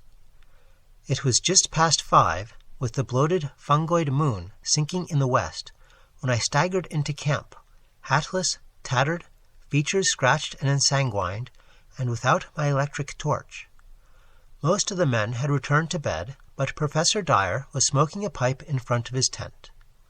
Seeing my winded and almost frenzied state, he called Dr. Boyle, and the 2 of them got me on my cot and made me comfortable. My son, roused by the stir, soon joined them, and they all tried to force me to lie still and attempt sleep. But there was no sleep for me. My psychological state was very extraordinary, different from anything I had previously suffered. After a time, I insisted upon talking, nervously and elaborately explaining my condition. I told them I had become fatigued and had lain down in the sand for a nap. There had, I said, been dreams even more frightful than usual, and when I was awaked by the sudden high wind, my overwrought nerves had snapped. I had fled in panic, frequently falling over half-buried stones, and thus gaining my tattered and bedraggled aspect. I must have slept long, hence the hours of my absence. Of anything strange, either seen or experienced, I hinted absolutely nothing, exercising the greatest self-control in that respect. But I spoke of a change of mind regarding the whole work of the expedition, and earnestly urged a halt in all digging toward the northeast. My reasoning was patently weak, for I mentioned a dearth of blocks, a wish not to offend the superstitious miners, a possible shortage of funds from the college, and other things either untrue or irrelevant. Naturally, no one paid the least attention to my new wishes, not even my son, whose concern for my health was very obvious. The next day I was up and around camp, but took no part in the excavations. Seeing that I could not stop the work, I decided to return home as soon as possible for the sake of my nerves, and made my son promise to fly me in the plane to Perth, 1,000 miles to the southwest, as soon as he had surveyed the region I wished let alone. If, I reflected, the thing I had seen was still visible, I might decide to attempt a specific warning, even at the cost of ridicule. It was just conceivable that the miners who knew the local folklore might back me up. Humoring me, my son made the survey that very afternoon, flying over all the terrain my walk could possibly have covered. Yet nothing of what I had found remained in sight. It was the case of the anomalous basalt block all over again. The shifting sand had wiped out every trace. For an instant I half regretted having lost a certain awesome object in my stark fright, but now I know that the loss was merciful. I can still believe my whole experience an illusion, especially if, as I devoutly hope, that hellish abyss is never found. Wingate took me to Perth on July 20th, though declining to abandon the expedition and return home. He stayed with me until the 25th, when the steamer for Liverpool sailed. Now, in the cabin of the Empress, I am pondering long and frantically on the entire matter, and have decided that my son, at least, must be informed. It shall rest with him whether to diffuse the matter more widely. In order to meet any eventuality, I have prepared this summary of my background, as already known in a scattered way to others, and will now tell as briefly as possible what seemed to happen during my long absence from the camp that hideous night. Nerves on edge, and whipped into a kind of perverse eagerness by that inexplicable, dread-mingled, pseudo-mnemonic urge toward the northeast, I plodded on beneath the evil burning moon. Here and there I saw, half shrouded by the sand, those primal cyclopean blocks left from nameless and forgotten aeons. The incalculable age and brooding horror of this monstrous waste began to oppress me as never before, and I could not keep from thinking of my maddening dreams, of the frightful legends which lay behind them, and of the present fears of natives and miners concerning the desert and its carven stones. And yet I plodded on as if to some eldritch rendezvous, more and more assailed by bewildering fancies, compulsions, and pseudo-memories. I thought of some of the possible contours of the lines of stones as seen by my son from the air, and wondered why they seemed at once so ominous and so familiar. Something was fumbling and rattling at the latch of my recollection, while another unknown force sought to keep the portal barred. The night was windless, and the pallid sand curved upward and downward like frozen waves of the sea. I had no goal, but somehow plowed along as if with fate-bound assurance. My dreams welled up into the waking world, so that each sand-embedded megalith seemed part of endless rooms and corridors of pre-human masonry, carved and hieroglyphed with symbols that I knew too well from years of custom as a captive mind of the great race. At moments I fancied I saw those omniscient conical horrors moving about at their accustomed tasks, and I feared to look down lest I find myself one with them in aspect. Yet all the while I saw the sand-covered blocks, as well as the rooms and corridors, the evil burning moon as well as the lamps of luminous crystal, the endless desert as well as the waving ferns and cycads beyond the windows. I was awake and dreaming at the same time. I do not know how long or how far, or indeed in just what direction, I had walked when I first spied the heap of blocks, bared by the day's wind. It was the largest group in one place that I had so far seen, and so sharply did it impress me that the visions of fabulous aeons faded suddenly away. Again there was only the desert, and the evil moon, and the shards of an unguessed past. I drew close and paused, and cast the added light of my electric torch over the tumbled pile.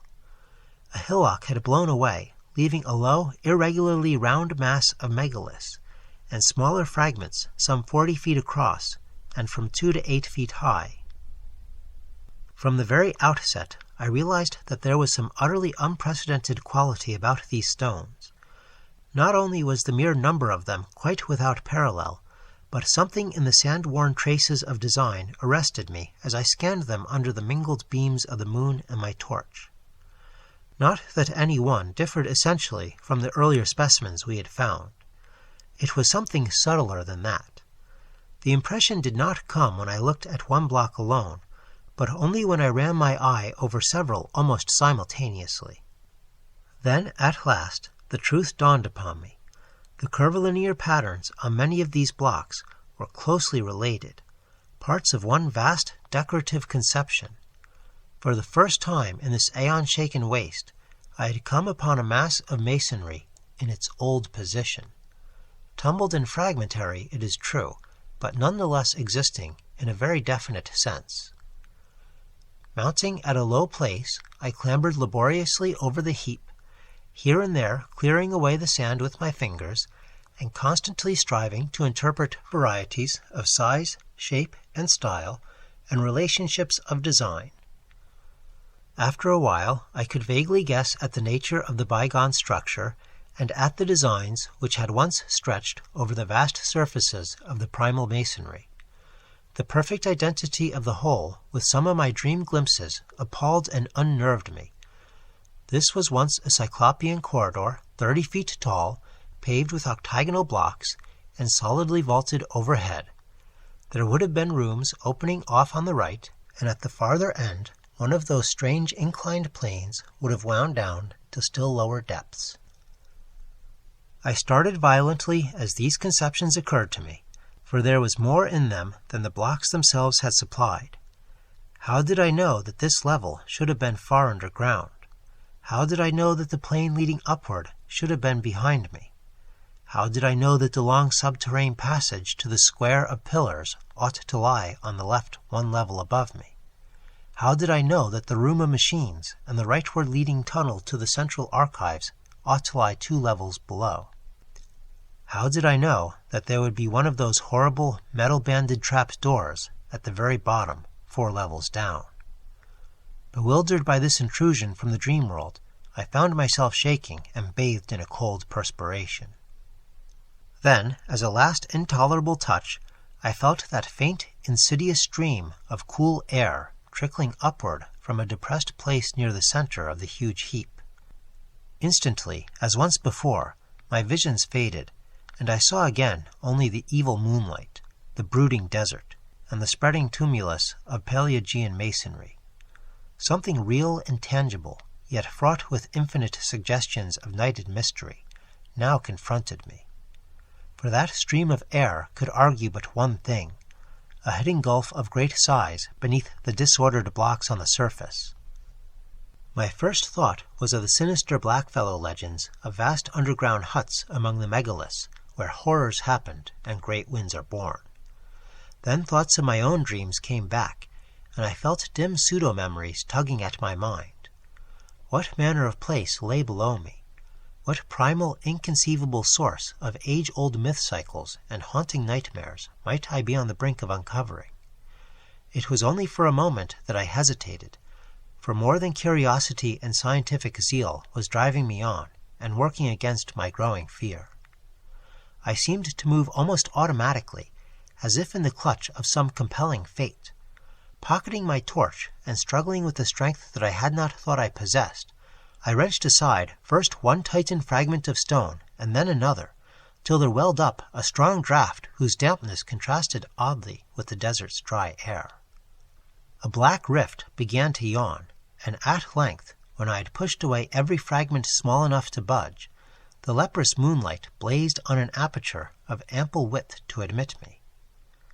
I drew out my torch and cast a brilliant beam into the opening.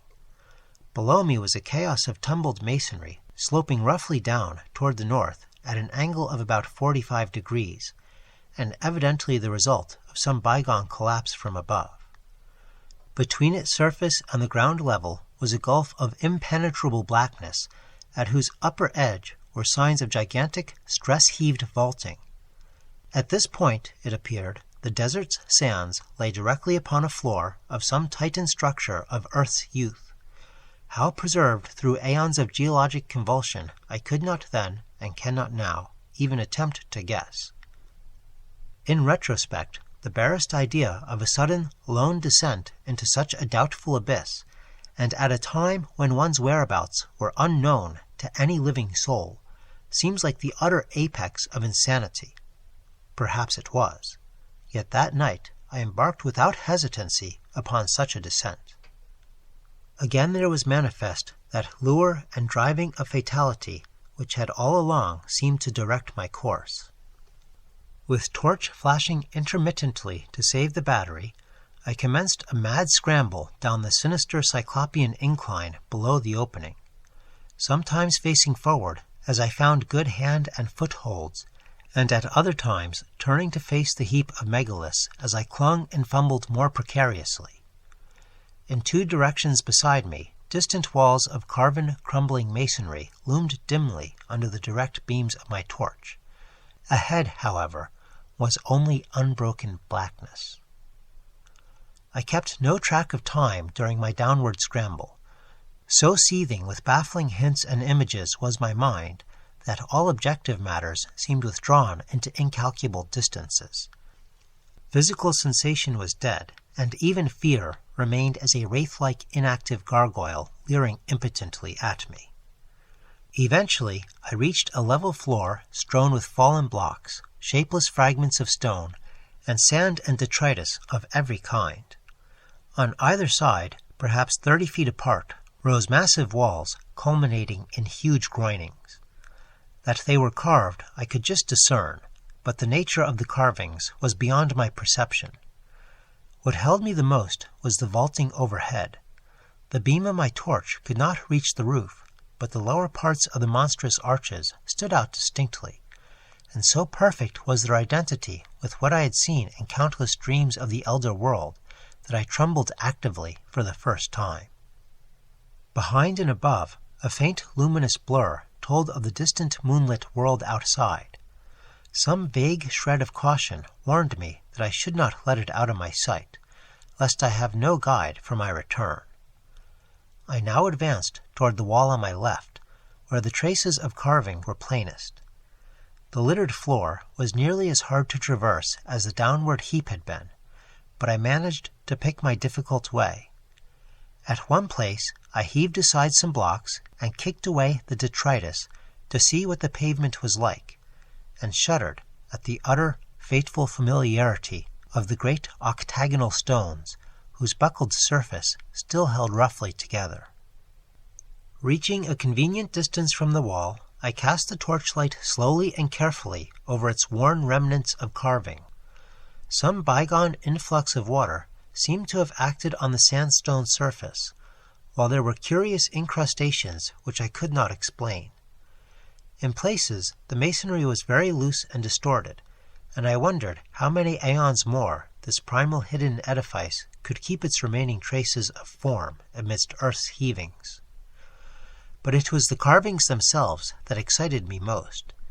Despite their time-crumbled state, they were relatively easy to trace at close range, and the complete, intimate familiarity of every detail almost stunned my imagination. That the major attributes of this hoary masonry should be familiar was not beyond normal credibility. Powerfully impressing the weavers of certain myths, they had become embodied in a stream of cryptic lore which, somehow coming to my notice during the amnesic period, had evoked vivid images in my subconscious mind. But how could I explain the exact and minute fashion in which each line and spiral of these strange designs tallied with what I had dreamt for more than a score of years? What obscure, forgotten iconography could have reproduced each subtle shading and nuance which so persistently, exactly, and unvaryingly besieged my sleeping vision night after night? For this was no chance or remote resemblance. Definitely and absolutely, the millennially ancient aeon-hidden corridor in which I stood was the original of something I knew in sleep as intimately as I knew my own house in Crane Street, Arkham. True, my dreams showed the place in its undecayed prime, but the identity was no less real on that account. I was wholly and horribly oriented. The particular structure I was in was known to me. Known, too, was its place in that terrible elder city of dreams. That I could visit unerringly any point in that structure or in that city which had escaped the changes and devastations of uncounted ages, I realized with hideous and instinctive certainty. What in God's name could all this mean? How had I come to know what I knew? And what awful reality could lie behind those antique tales of the beings who had dwelt in this labyrinth of primordial stone? Words can convey only fractionally the welter of dread and bewilderment which ate at my spirit. I knew this place. I knew what lay before me, and what had lain overhead before the myriad towering stories had fallen to dust and debris in the desert. No need now, I thought with a shudder, to keep that faint blur of moonlight in view. I was torn betwixt a longing to flee and a feverish mixture of burning curiosity and driving fatality. What had happened to this monstrous megalopolis of Eld in the millions of years since the time of my dreams? Of the subterranean mazes which had underlain the city and linked all its Titan towers, how much had still survived the writhings of Earth's crust? Had I come upon a whole buried world of unholy archaism? Could I still find the house of the writing master, and the tower where Sigha, a captive mind from the star-headed vegetable carnivores of Antarctica, had chiseled certain pictures on the blank spaces of the walls? Would the passage at the second level down, to the hall of the alien minds, be still unchoked and traversable? In that hall, the captive mind of an incredible entity, a half-plastic denizen of the hollow interior of an unknown trans-Plutonian planet 18 million years in the future, had kept a certain thing which it had modeled from clay. I shut my eyes and put my hand to my head in a vain, pitiful effort to drive these insane dream fragments from my consciousness. Then, for the first time, I felt acutely the coolness, motion, and dampness of the surrounding air.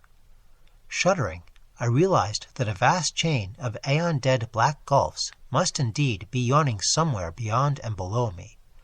I thought of the frightful chambers and corridors and inclines as I recalled them from my dreams. Would the way to the central archives still be open?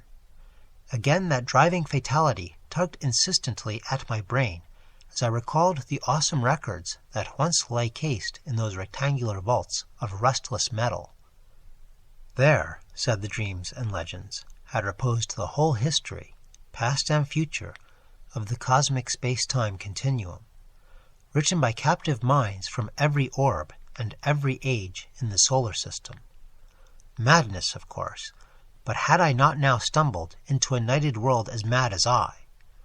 I thought of the locked metal shelves and of the curious knob twistings needed to open each one. My own came vividly into my consciousness. How often had I gone through that intricate routine of varied turns and pressures in the terrestrial vertebrae section on the lowest level? Every detail was fresh and familiar. If there was such a vault as I had dreamed of, I could open it in a moment. It was then that madness took me utterly. An instant later, and I was leaping and stumbling over the rocky debris toward the well-remembered incline to the depths below. From that point forward, my impressions are scarcely to be relied on. Indeed, I still possess a final, desperate hope that they all form part of some demonic dream, or illusion born of delirium.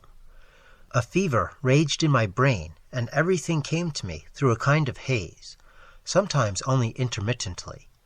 The rays of my torch shot feebly into the engulfing blackness, bringing phantasmal flashes of hideously familiar walls and carvings, all blighted with the decay of ages. In one place, a tremendous mass of vaulting had fallen, so that I had to clamber over a mighty mound of stones reaching almost to the ragged, grotesquely stalactited roof.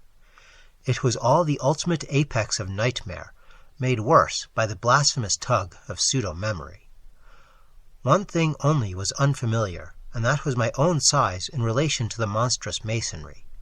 I felt oppressed by a sense of unwanted smallness, as if the sight of these towering walls from a mere human body was something wholly new and abnormal.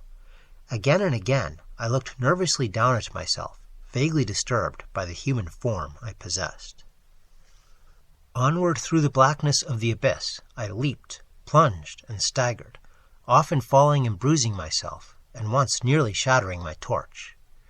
Every stone and corner of that demonic gulf was known to me, and at many points I stopped to cast beams of light through choked and crumbling, yet familiar, archways. Some rooms had totally collapsed, others were bare or debris-filled. In a few I saw masses of metal, some fairly intact, some broken, and some crushed or battered, which I recognized as the colossal pedestals or tables of my dreams. What they could in truth have been, I dared not guess.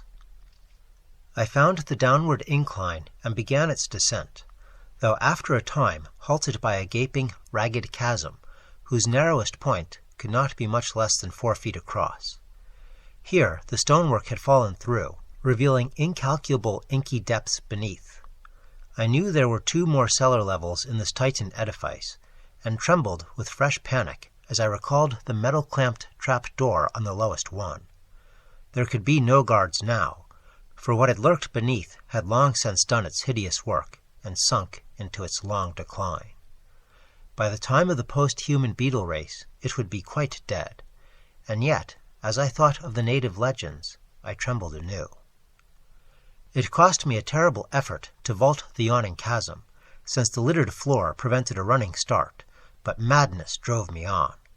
I chose a place close to the left-hand wall, where the rift was least wide, and a landing spot reasonably clear of dangerous debris, and after one frantic moment reached the other side in safety.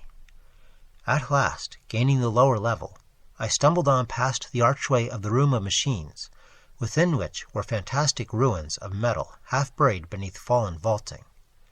Everything was where I knew it would be, and I climbed confidently over the heaps which barred the entrance of a vast transverse corridor. This, I realized, would take me under the city to the central archives. Endless ages seemed to unroll as I stumbled, leaped, and crawled along the debris-cluttered corridor. Now and then I could make out carvings on the age-stained walls, some familiar, others seemingly added since the period of my dreams. Since this was a subterranean house-connecting highway, there were no archways, save when the route led through the lower levels of various buildings. At some of these intersections, I turned aside long enough to look down well-remembered corridors and into well-remembered rooms. Twice only did I find any radical changes from what I dreamed of, and in one of those cases I could trace the sealed-up outlines of the archway I remembered. I shook violently and felt a curious surge of retarding weakness as I steered a hurried and reluctant course through the crypt of one of those great windowless ruined towers whose alien basalt masonry bespoke a whispered and horrible origin. This primal vault was round and fully 200 feet across, with nothing carved upon the dark-hued stonework. The floor was here free from anything save dust and sand, and I could see the apertures leading upward and downward. There were no stairs or inclines. Indeed, my dreams had pictured those elder towers as wholly untouched by the fabulous great race. Those who had built them had not needed stairs or inclines. In the dreams, the downward aperture had been tightly sealed and nervously guarded. Now it lay open, black and yawning, and giving forth a current of cool, damp air. Of what limitless caverns of eternal night might brood below, I would not permit myself to think. Later, clawing my way along a badly heaped section of the corridor, I reached a place where the roof had wholly caved in. The debris rose like a mountain, and I climbed up over it, passing through a vast empty space where my torchlight could reveal neither walls nor vaulting. This, I reflected, must be the cellar of the house of the metal purveyors, fronting on the third square not far from the archives. What had happened to it I could not conjecture. I found the corridor again beyond the mountain of detritus and stones, but after a short distance encountered a wholly choked place where the fallen vaulting almost touched the perilously sagging ceiling. How I managed to wrench and tear aside enough blocks to afford passage, and how I dared disturb the tightly packed fragments when the least shift of equilibrium might have brought down all the tons of superincumbent masonry to crush me to nothingness, I do not know. It was sheer madness that impelled and guided me, if indeed my whole underground adventure was not, as I hope, a hellish delusion or phase of dreaming. But I did make, or dream that I made, a passage that I could squirm through. As I wriggled over the mound of debris, my torch, switched continuously on, thrust deeply within my mouth, I felt myself torn by the fantastic stalactites of the jagged floor above me. I was now close to the great underground archival structure which seemed to form my goal. Sliding and clambering down the farther side of the barrier, and picking my way along the remaining stretch of corridor with handheld, intermittently flashing torch, I came at last to a low circular crypt with arches, still in a marvelous state of preservation, opening off on every side. The walls, or such parts of them as lay within reach of my torchlight, were densely hieroglyphed and chiseled with typical curvilinear symbols, some added since the period of my dreams. This, I realized, was my fated destination, and I turned at once through a familiar archway on my left.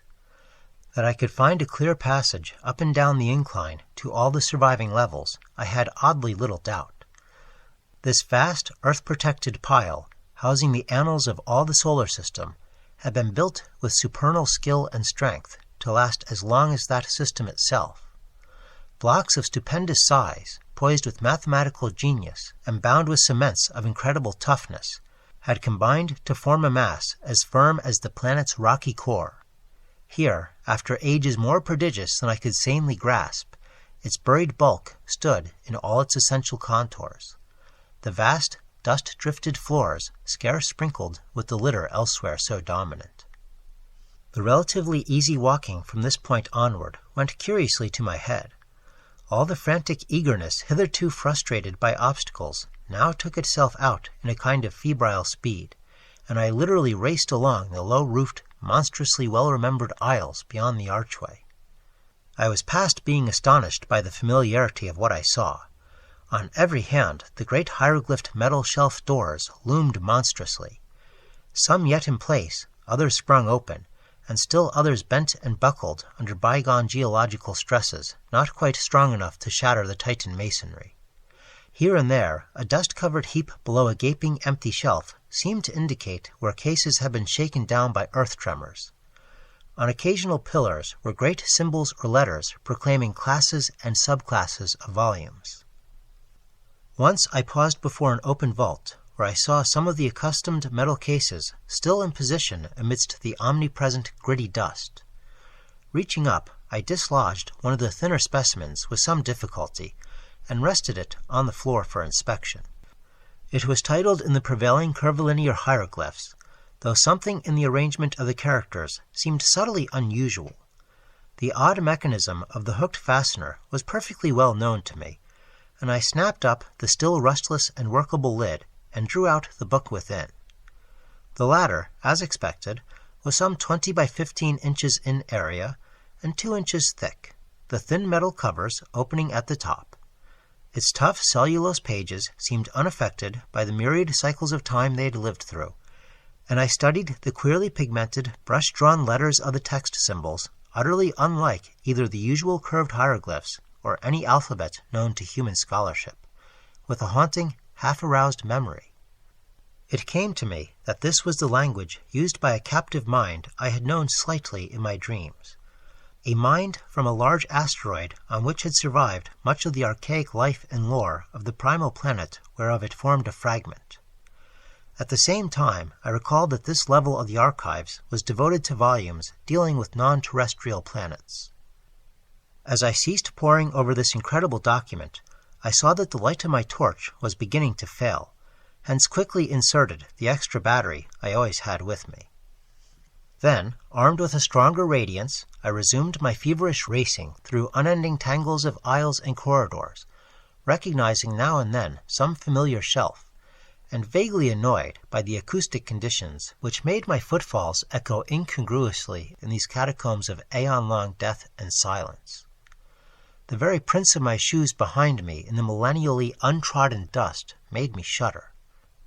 Never before, if my mad dreams held anything of truth, had human feet pressed upon these immemorial pavements.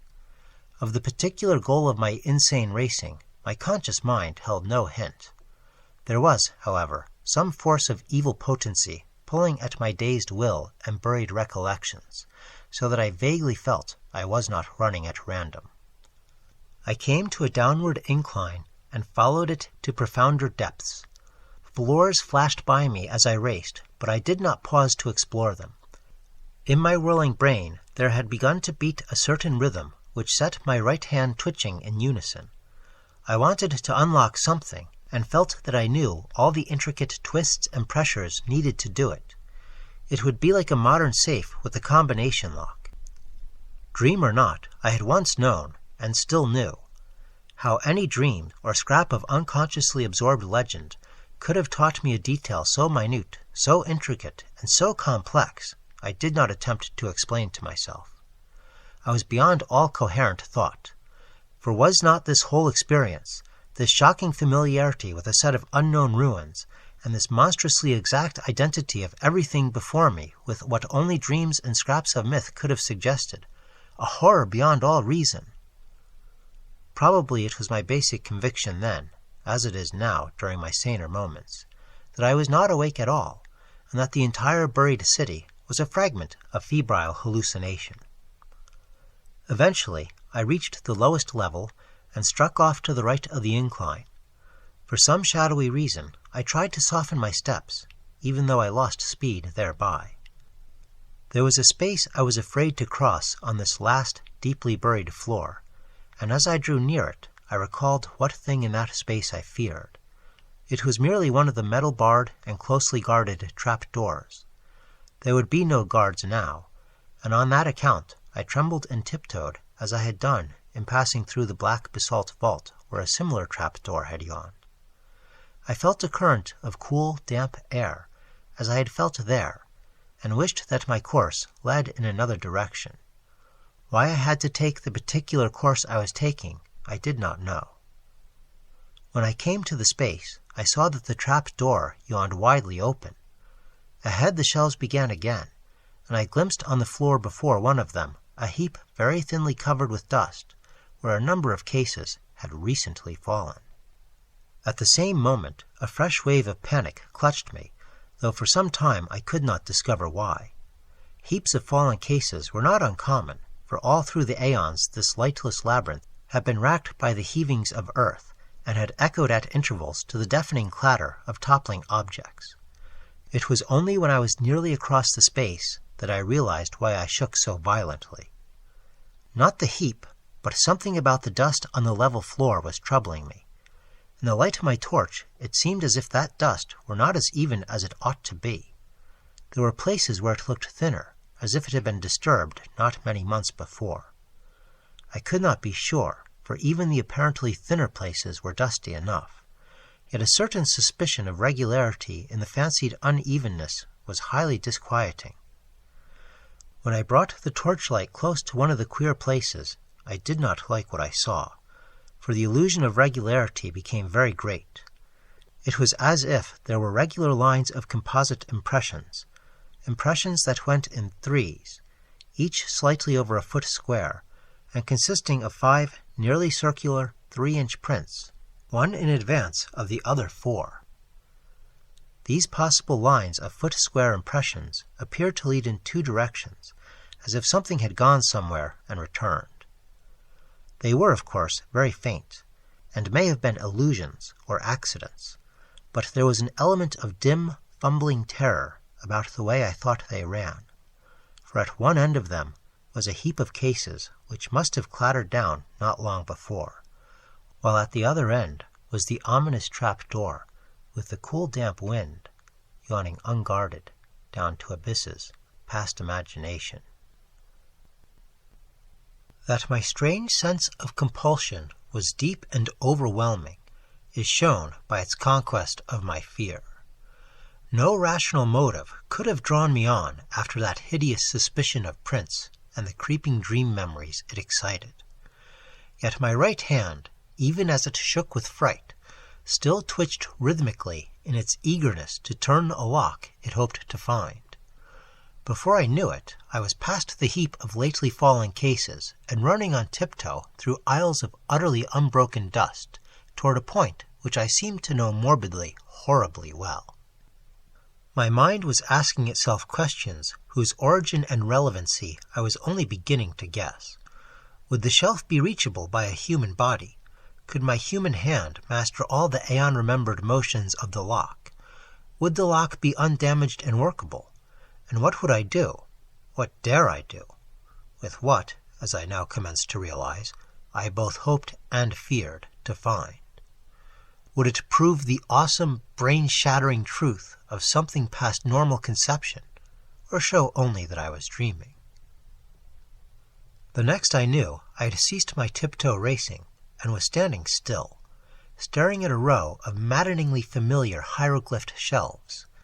They were in a state of almost perfect preservation, and only 3 of the doors in this vicinity had sprung open. My feelings toward these shelves cannot be described, so utter and insistent was the sense of old acquaintance. I was looking high up at a row near the top and wholly out of my reach, and wondering how I could climb to best advantage. An open door 4 rows from the bottom would help, and the locks of the closed doors formed possible holds for hands and feet. I would grip the torch between my teeth as I had in other places where both hands were needed. Above all, I must make no noise. How to get down what I wished to remove would be difficult, but I could probably hook its movable fastener in my coat collar and carry it like a knapsack. Again I wondered whether the lock would be undamaged. That I could repeat each familiar motion I had not the least doubt, but I hoped the thing would not scrape or creak, and that my hand could work it properly. Even as I thought these things, I had taken the torch in my mouth and begun to climb. The projecting locks were poor supports, but, as I had expected, the opened shelf helped greatly. I used both the difficultly swinging door and the edge of the aperture itself in my ascent, and managed to avoid any loud creaking. Balanced on the upper edge of the door, and leaning far to my right, I could just reach the lock I sought. My fingers, half numb from climbing, were very clumsy at first, but I soon saw that they were anatomically adequate, and the memory rhythm was strong in them. Out of unknown gulfs of time, the intricate secret motions had somehow reached my brain correctly in every detail, for after less than 5 minutes of trying, there came a click whose familiarity was all the more startling because I had not consciously anticipated it. In another instant, the metal door was slowly swinging open with only the faintest grating sound. Dazedly, I looked over the row of grayish case ends thus exposed, and felt a tremendous surge of some wholly inexplicable emotion. Just within reach of my right hand was a case whose curving hieroglyphs made me shake with a pang infinitely more complex than one of mere fright. Still shaking, I managed to dislodge it amidst a shower of gritty flakes, and ease it over toward myself without any violent noise. Like the other case I handled, it was slightly more than 20 by 15 inches in size, with curved mathematical designs in low relief. In thickness, it just exceeded 3 inches. Crudely wedging it between myself and the surface I was climbing, I fumbled with the fastener and finally got the hook free. Lifting the cover, I shifted the heavy object to my back and let the hook catch hold of my collar.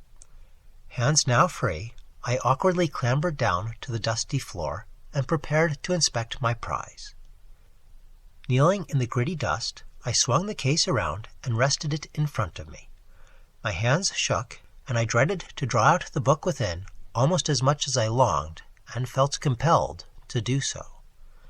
It had very gradually become clear to me what I ought to find, and this realization nearly paralyzed my faculties. If the thing were there, and if I were not dreaming, the implications would be quite beyond the power of the human spirit to bear. What tormented me most was my momentary inability to feel that my surroundings were a dream. The sense of reality was hideous, and again becomes so as I recall the scene. At length I tremblingly pulled the book from its container and stared fascinatedly at the well-known hieroglyphs on the cover. It seemed to be in prime condition, and the curvilinear letters of the title held me in almost as hypnotized a state as if I could read them. Indeed, I cannot swear that I did not actually read them in some transient and terrible access of abnormal memory. I do not know how long it was before I dared to lift that thin metal cover. I temporized and made excuses to myself. I took the torch from out of my mouth and shut it off to save the battery.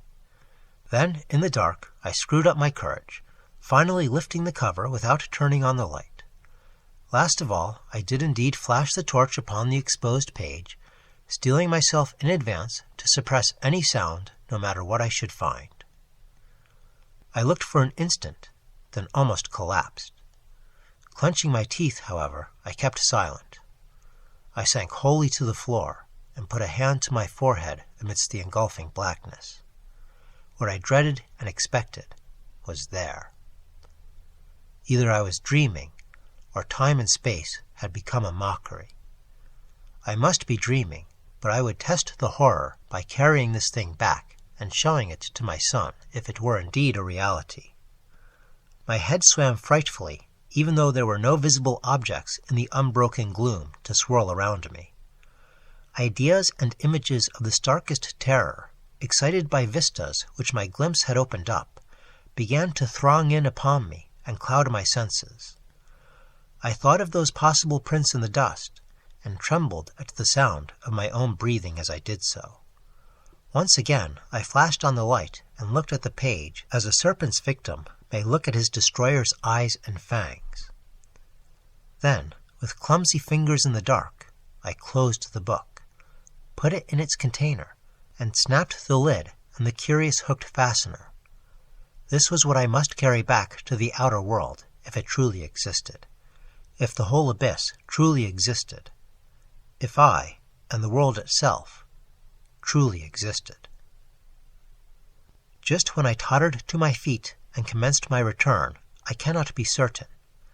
It comes to me oddly, as a measure of my sense of separation from the normal world, that I did not even once look at my watch during those hideous hours underground. Torch in hand, and with ominous case under one arm, I eventually found myself tiptoeing in a kind of silent panic past the draft-giving abyss and those lurking suggestions of prints.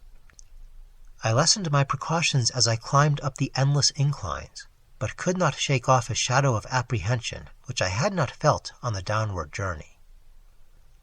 I dreaded having to repass through that black basalt crypt that was older than the city itself, where cold draughts welled up from unguarded depths. I thought of that which the great race had feared, and of what might still be lurking, be it ever so weak and dying, down there. I thought of those possible five-circle prints, and of what my dreams had told me of such prints, and of strange winds and whistling noises associated with them. And I thought of the tales of the modern blacks, wherein the horror of great winds and nameless subterranean ruins was dwelt upon. I know from a carven wall symbol the right floor to enter, and came at last, after passing the other book I had examined, to the great circular space with the branching archways. On my right, and at once recognizable, was the arch through which I had arrived. This I now entered, conscious that the rest of my course would be harder because of the tumbled state of the masonry outside the archive building. My new metal-cased burden weighed upon me, and I found it harder and harder to be quiet as I stumbled among debris and fragments of every sort. Then I came to the ceiling-high mound of debris through which I had wenched a scanty passage. My dread at wriggling through again was infinite, for my first passage had made some noise, and I now, after seeing those possible prints, dreaded sound above all things. The case, too, doubled the problem of traversing the narrow crevice. But I clambered up the barrier as best I could, and pushed the case through the aperture ahead of me. Then, torch in mouth, I scrambled through myself, my back torn as before by stalactites. As I tried to grasp the case again, it fell some distance ahead of me down the slope of the debris, making a disturbing clatter and arousing echoes which sent me into a cold perspiration. I lunged for it at once and regained it without further noise, but a moment afterward the slipping of blocks under my feet raised a sudden and unprecedented din. The din was my undoing, for, falsely or not, I thought I heard it answered, in a terrible way, from spaces far behind me. I thought I heard a shrill, whistling sound, like nothing else on earth, and beyond any adequate verbal description. It may have been only my imagination. If so, what followed has a grim irony, since, save for the panic of this thing, the second thing might never have happened. As it was, my frenzy was absolute and unrelieved. Taking my torch in hand and clutching feebly at the case, I leaped and bounded wildly ahead, with no idea in my brain beyond a mad desire to race out of these nightmare ruins to the waking world of the desert and moonlight which lay so far above. I hardly knew it when I reached the mountain of debris which towered into the vast blackness beyond the caved-in roof, and bruised and cut myself repeatedly in scrambling up its steep slope of jagged blocks and fragments. Then came the great disaster. Just as I blindly crossed the summit, unprepared for the sudden dip ahead, my feet slipped utterly, and I found myself involved in a mangling avalanche of sliding masonry whose cannon-loud uproar split the black cavern air in a deafening series of earth-shaking reverberations. I have no recollection of emerging from this chaos, but a momentary fragment of consciousness shows me as plunging and tripping and scrambling along the corridor amidst the clangor, case and torch still with me. Then, just as I approached that primal basalt crypt I had so dreaded, utter madness came. For as the echoes of the avalanche died down, there became audible a repetition of that frightful alien whistling I thought I had heard before. This time there was no doubt about it, and what was worse, it came from a point not behind, but ahead of me. Probably I shrieked aloud then. I have a dim picture of myself as flying through the hellish basalt vaults of the elder things, and hearing that damnable alien sound piping up from the open unguarded door of limitless nether blackness. There was a wind, too, not merely a cool damp draught, but a violent, purposeful blast, belching savagely and frigidly from that abominable gulf whence the obscene whistling came. There are memories of leaping and lurching over obstacles of every sort, with that torrent of wind and shrieking sound growing moment by moment, and seeming to curl and twist purposefully around me as it struck out wickedly from the spaces behind and beneath, though in my rear that wind had the odd effect of hindering instead of aiding my progress, as if it acted like a noose or lasso thrown around me. Heedless of the noise I made, I clattered over a great barrier of blocks and was again in the structure that led to the surface. I recall glimpsing the archway to the room of machines, and almost crying out as I saw the incline leading down to where one of those blasphemous trap-doors must be yawning 2 levels below. But instead of crying out, I muttered over and over to myself this was all a dream, from which I must soon awake. Perhaps I was in camp. Perhaps I was at home in Arkham. As these hopes bolstered up my sanity, I began to mount the incline to the higher level. I knew, of course, that I had the 4-foot cleft to recross, yet was too racked by other fears to realize the full horror until I came almost upon it. On my descent, the leap across had been easy, but could I clear the gap as readily when going uphill and hampered by fright, exhaustion, the weight of the metal case, and the anomalous backward tug of that demon wind? I thought of these things at the last moment, and thought also of the nameless entities which might be lurking in the black abysses below the chasm. My wavering torch was growing feeble, but I could tell by some obscure memory when I neared the cleft. The chill blasts of wind and the nauseous whistling shrieks behind me were for the moment like a merciful opiate, dulling my imagination to the horror of the yawning gulf ahead. And then I became aware of the added blasts and whistling in front of me, tides of abomination surging up through the cleft itself from depths unimagined and unimaginable. Now indeed the essence of pure nightmare was upon me. Sanity departed, and ignoring everything except the animal impulse of flight, I merely struggled and plunged upward over the incline's debris as if no gulf had existed. Then I saw the chasm's edge, leaped frenziedly with every ounce of strength I possessed, and was instantly engulfed in a pandemonic vortex of loathsome sound and utter, materially tangible blackness. This is the end of my experience, so far as I can recall. Any further impressions belong wholly to the domain of phantasmagoric delirium. Dream, madness, and memory merged wildly together in a series of fantastic, fragmentary delusions which can have no relation to anything real.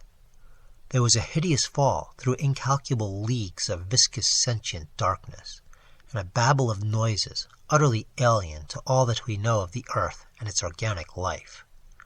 Dormant, rudimentary senses seemed to start into vitality within me, telling of pits and voids peopled by floating horrors, and leading to sunless crags and oceans, and teeming cities of windowless basalt towers upon which no light ever shone. Secrets of the primal planet and its immemorial aeons flashed through my brain without the aid of sight or sound, and there were known to me things which not even the wildest of my former dreams had ever suggested. And all the while cold fingers of damp vapor clutched and picked at me, and that eldritch damnable whistling shrieked fiendishly above all the alternations of babble and silence in the whirlpools of darkness around. Afterward, there were visions of the Cyclopean city of my dreams, not in ruins, but just as I had dreamed of it. I was in my conical, non-human body again, and mingled with crowds of the great race and the captive minds who carried books up and down the lofty corridors and vast inclines. Then, superimposed upon these pictures, were frightful momentary flashes of a non-visual consciousness involving desperate struggles, a writhing free from clutching tentacles of whistling wind, an insane bat-like flight through half-solid air, a feverish burrowing through the cyclone-whipped dark, and a wild stumbling and scrambling over fallen masonry. Once there was a curious, intrusive flash of half-sight, a faint, diffuse suspicion of bluish radiance far overhead. Then there came a dream of wind-pursued climbing and crawling, of wriggling into a blaze of sardonic moonlight through a jumble of debris which slid and collapsed after me amidst a morbid hurricane. It was the evil monotonous beating of that maddening moonlight which at last told me of the return of what I had once known as the objective waking world. I was clawing prone through the sands of the Australian desert, and around me shrieked such a tumult of wind as I had never before known on our planet's surface. My clothing was in rags, and my whole body was a mess of bruises and scratches. Full consciousness returned very slowly, and at no time could I tell just where true memory left off and delirious dream began. There had seemed to be a mound of Titan blocks, an abyss beneath it, a monstrous revelation from the past, and a nightmare horror at the end. But how much of this was real? My flashlight was gone, and likewise any metal case I may have discovered. Had there been such a case, or any abyss, or any mound? Raising my head, I looked behind me, and saw only the sterile, undulant sands of the waste. The demon wind died down, and the bloated, fungoid moon sank reddeningly in the west. I lurched to my feet and began to stagger southwestward toward the camp. What in truth had happened to me? Had I merely collapsed in the desert and dragged a dream-racked body over miles of sand and buried blocks? If not, how could I bear to live any longer? For in this new doubt, all my faith in the myth-born unreality of my visions dissolved once more into the hellish older doubting. If that abyss was real, then the great race was real, and its blasphemous reachings and seizures in the cosmos-wide vortex of time were no myths or nightmares, but a terrible, soul-shattering actuality. Had I, in full hideous fact, been drawn back to a pre-human world of 150 million years ago, in those dark, baffling days of the amnesia? Had my present body been the vehicle of a frightful alien consciousness from the Paleogean gulfs of time? Had I, as the captive mind of those shambling horrors, indeed known that accursed city of stone in its primordial heyday, and wriggled down those familiar corridors in the loathsome shape of my captor? Were those tormenting dreams of more than 20 years the offspring of stark, monstrous memories? Had I once veritably talked with minds from reachless corners of time and space, learned the universe's secrets past and to come, and written the annals of my own world for the metal cases of those Titan archives? And were those others, those shocking elder things of the mad winds and demon pipings, in truth a lingering, lurking menace, waiting and slowly weakening in black abysses while varied shapes of life drag out their multi-millennial courses on the planet's age-racked surface? I do not know. If that abyss and what it held were real, there is no hope. Then, all too truly, there lies upon this world of man a mocking and incredible shadow out of time. But mercifully, there is no proof that these things are other than fresh phases of my myth-born dreams. I did not bring back the metal case that would have been a proof, and so far those subterranean corridors have not been found. If the laws of the universe are kind, they will never be found. But I must tell my son what I saw, or thought I saw, and let him use his judgment as a psychologist, engaging the reality of my experience, and communicating this account to others.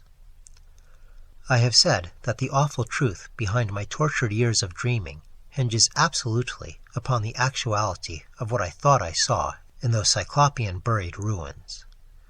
It has been hard for me, literally, to set down the crucial revelation, though no reader can have failed to guess it. Of course it lay in that book within the metal case, the case which I pried out of its forgotten lair amidst the undisturbed dust of a million centuries. No eye had seen, no hand had touched that book since the advent of man to this planet. And yet, when I flashed my torch upon it in that frightful megalithic abyss, I saw that the queerly pigmented letters on the brittle, aeon-browned cellulose pages were not indeed any nameless hieroglyphs of Earth's youth. They were, instead, the letters of our familiar alphabet, spelling out the words of the English language, in my own handwriting.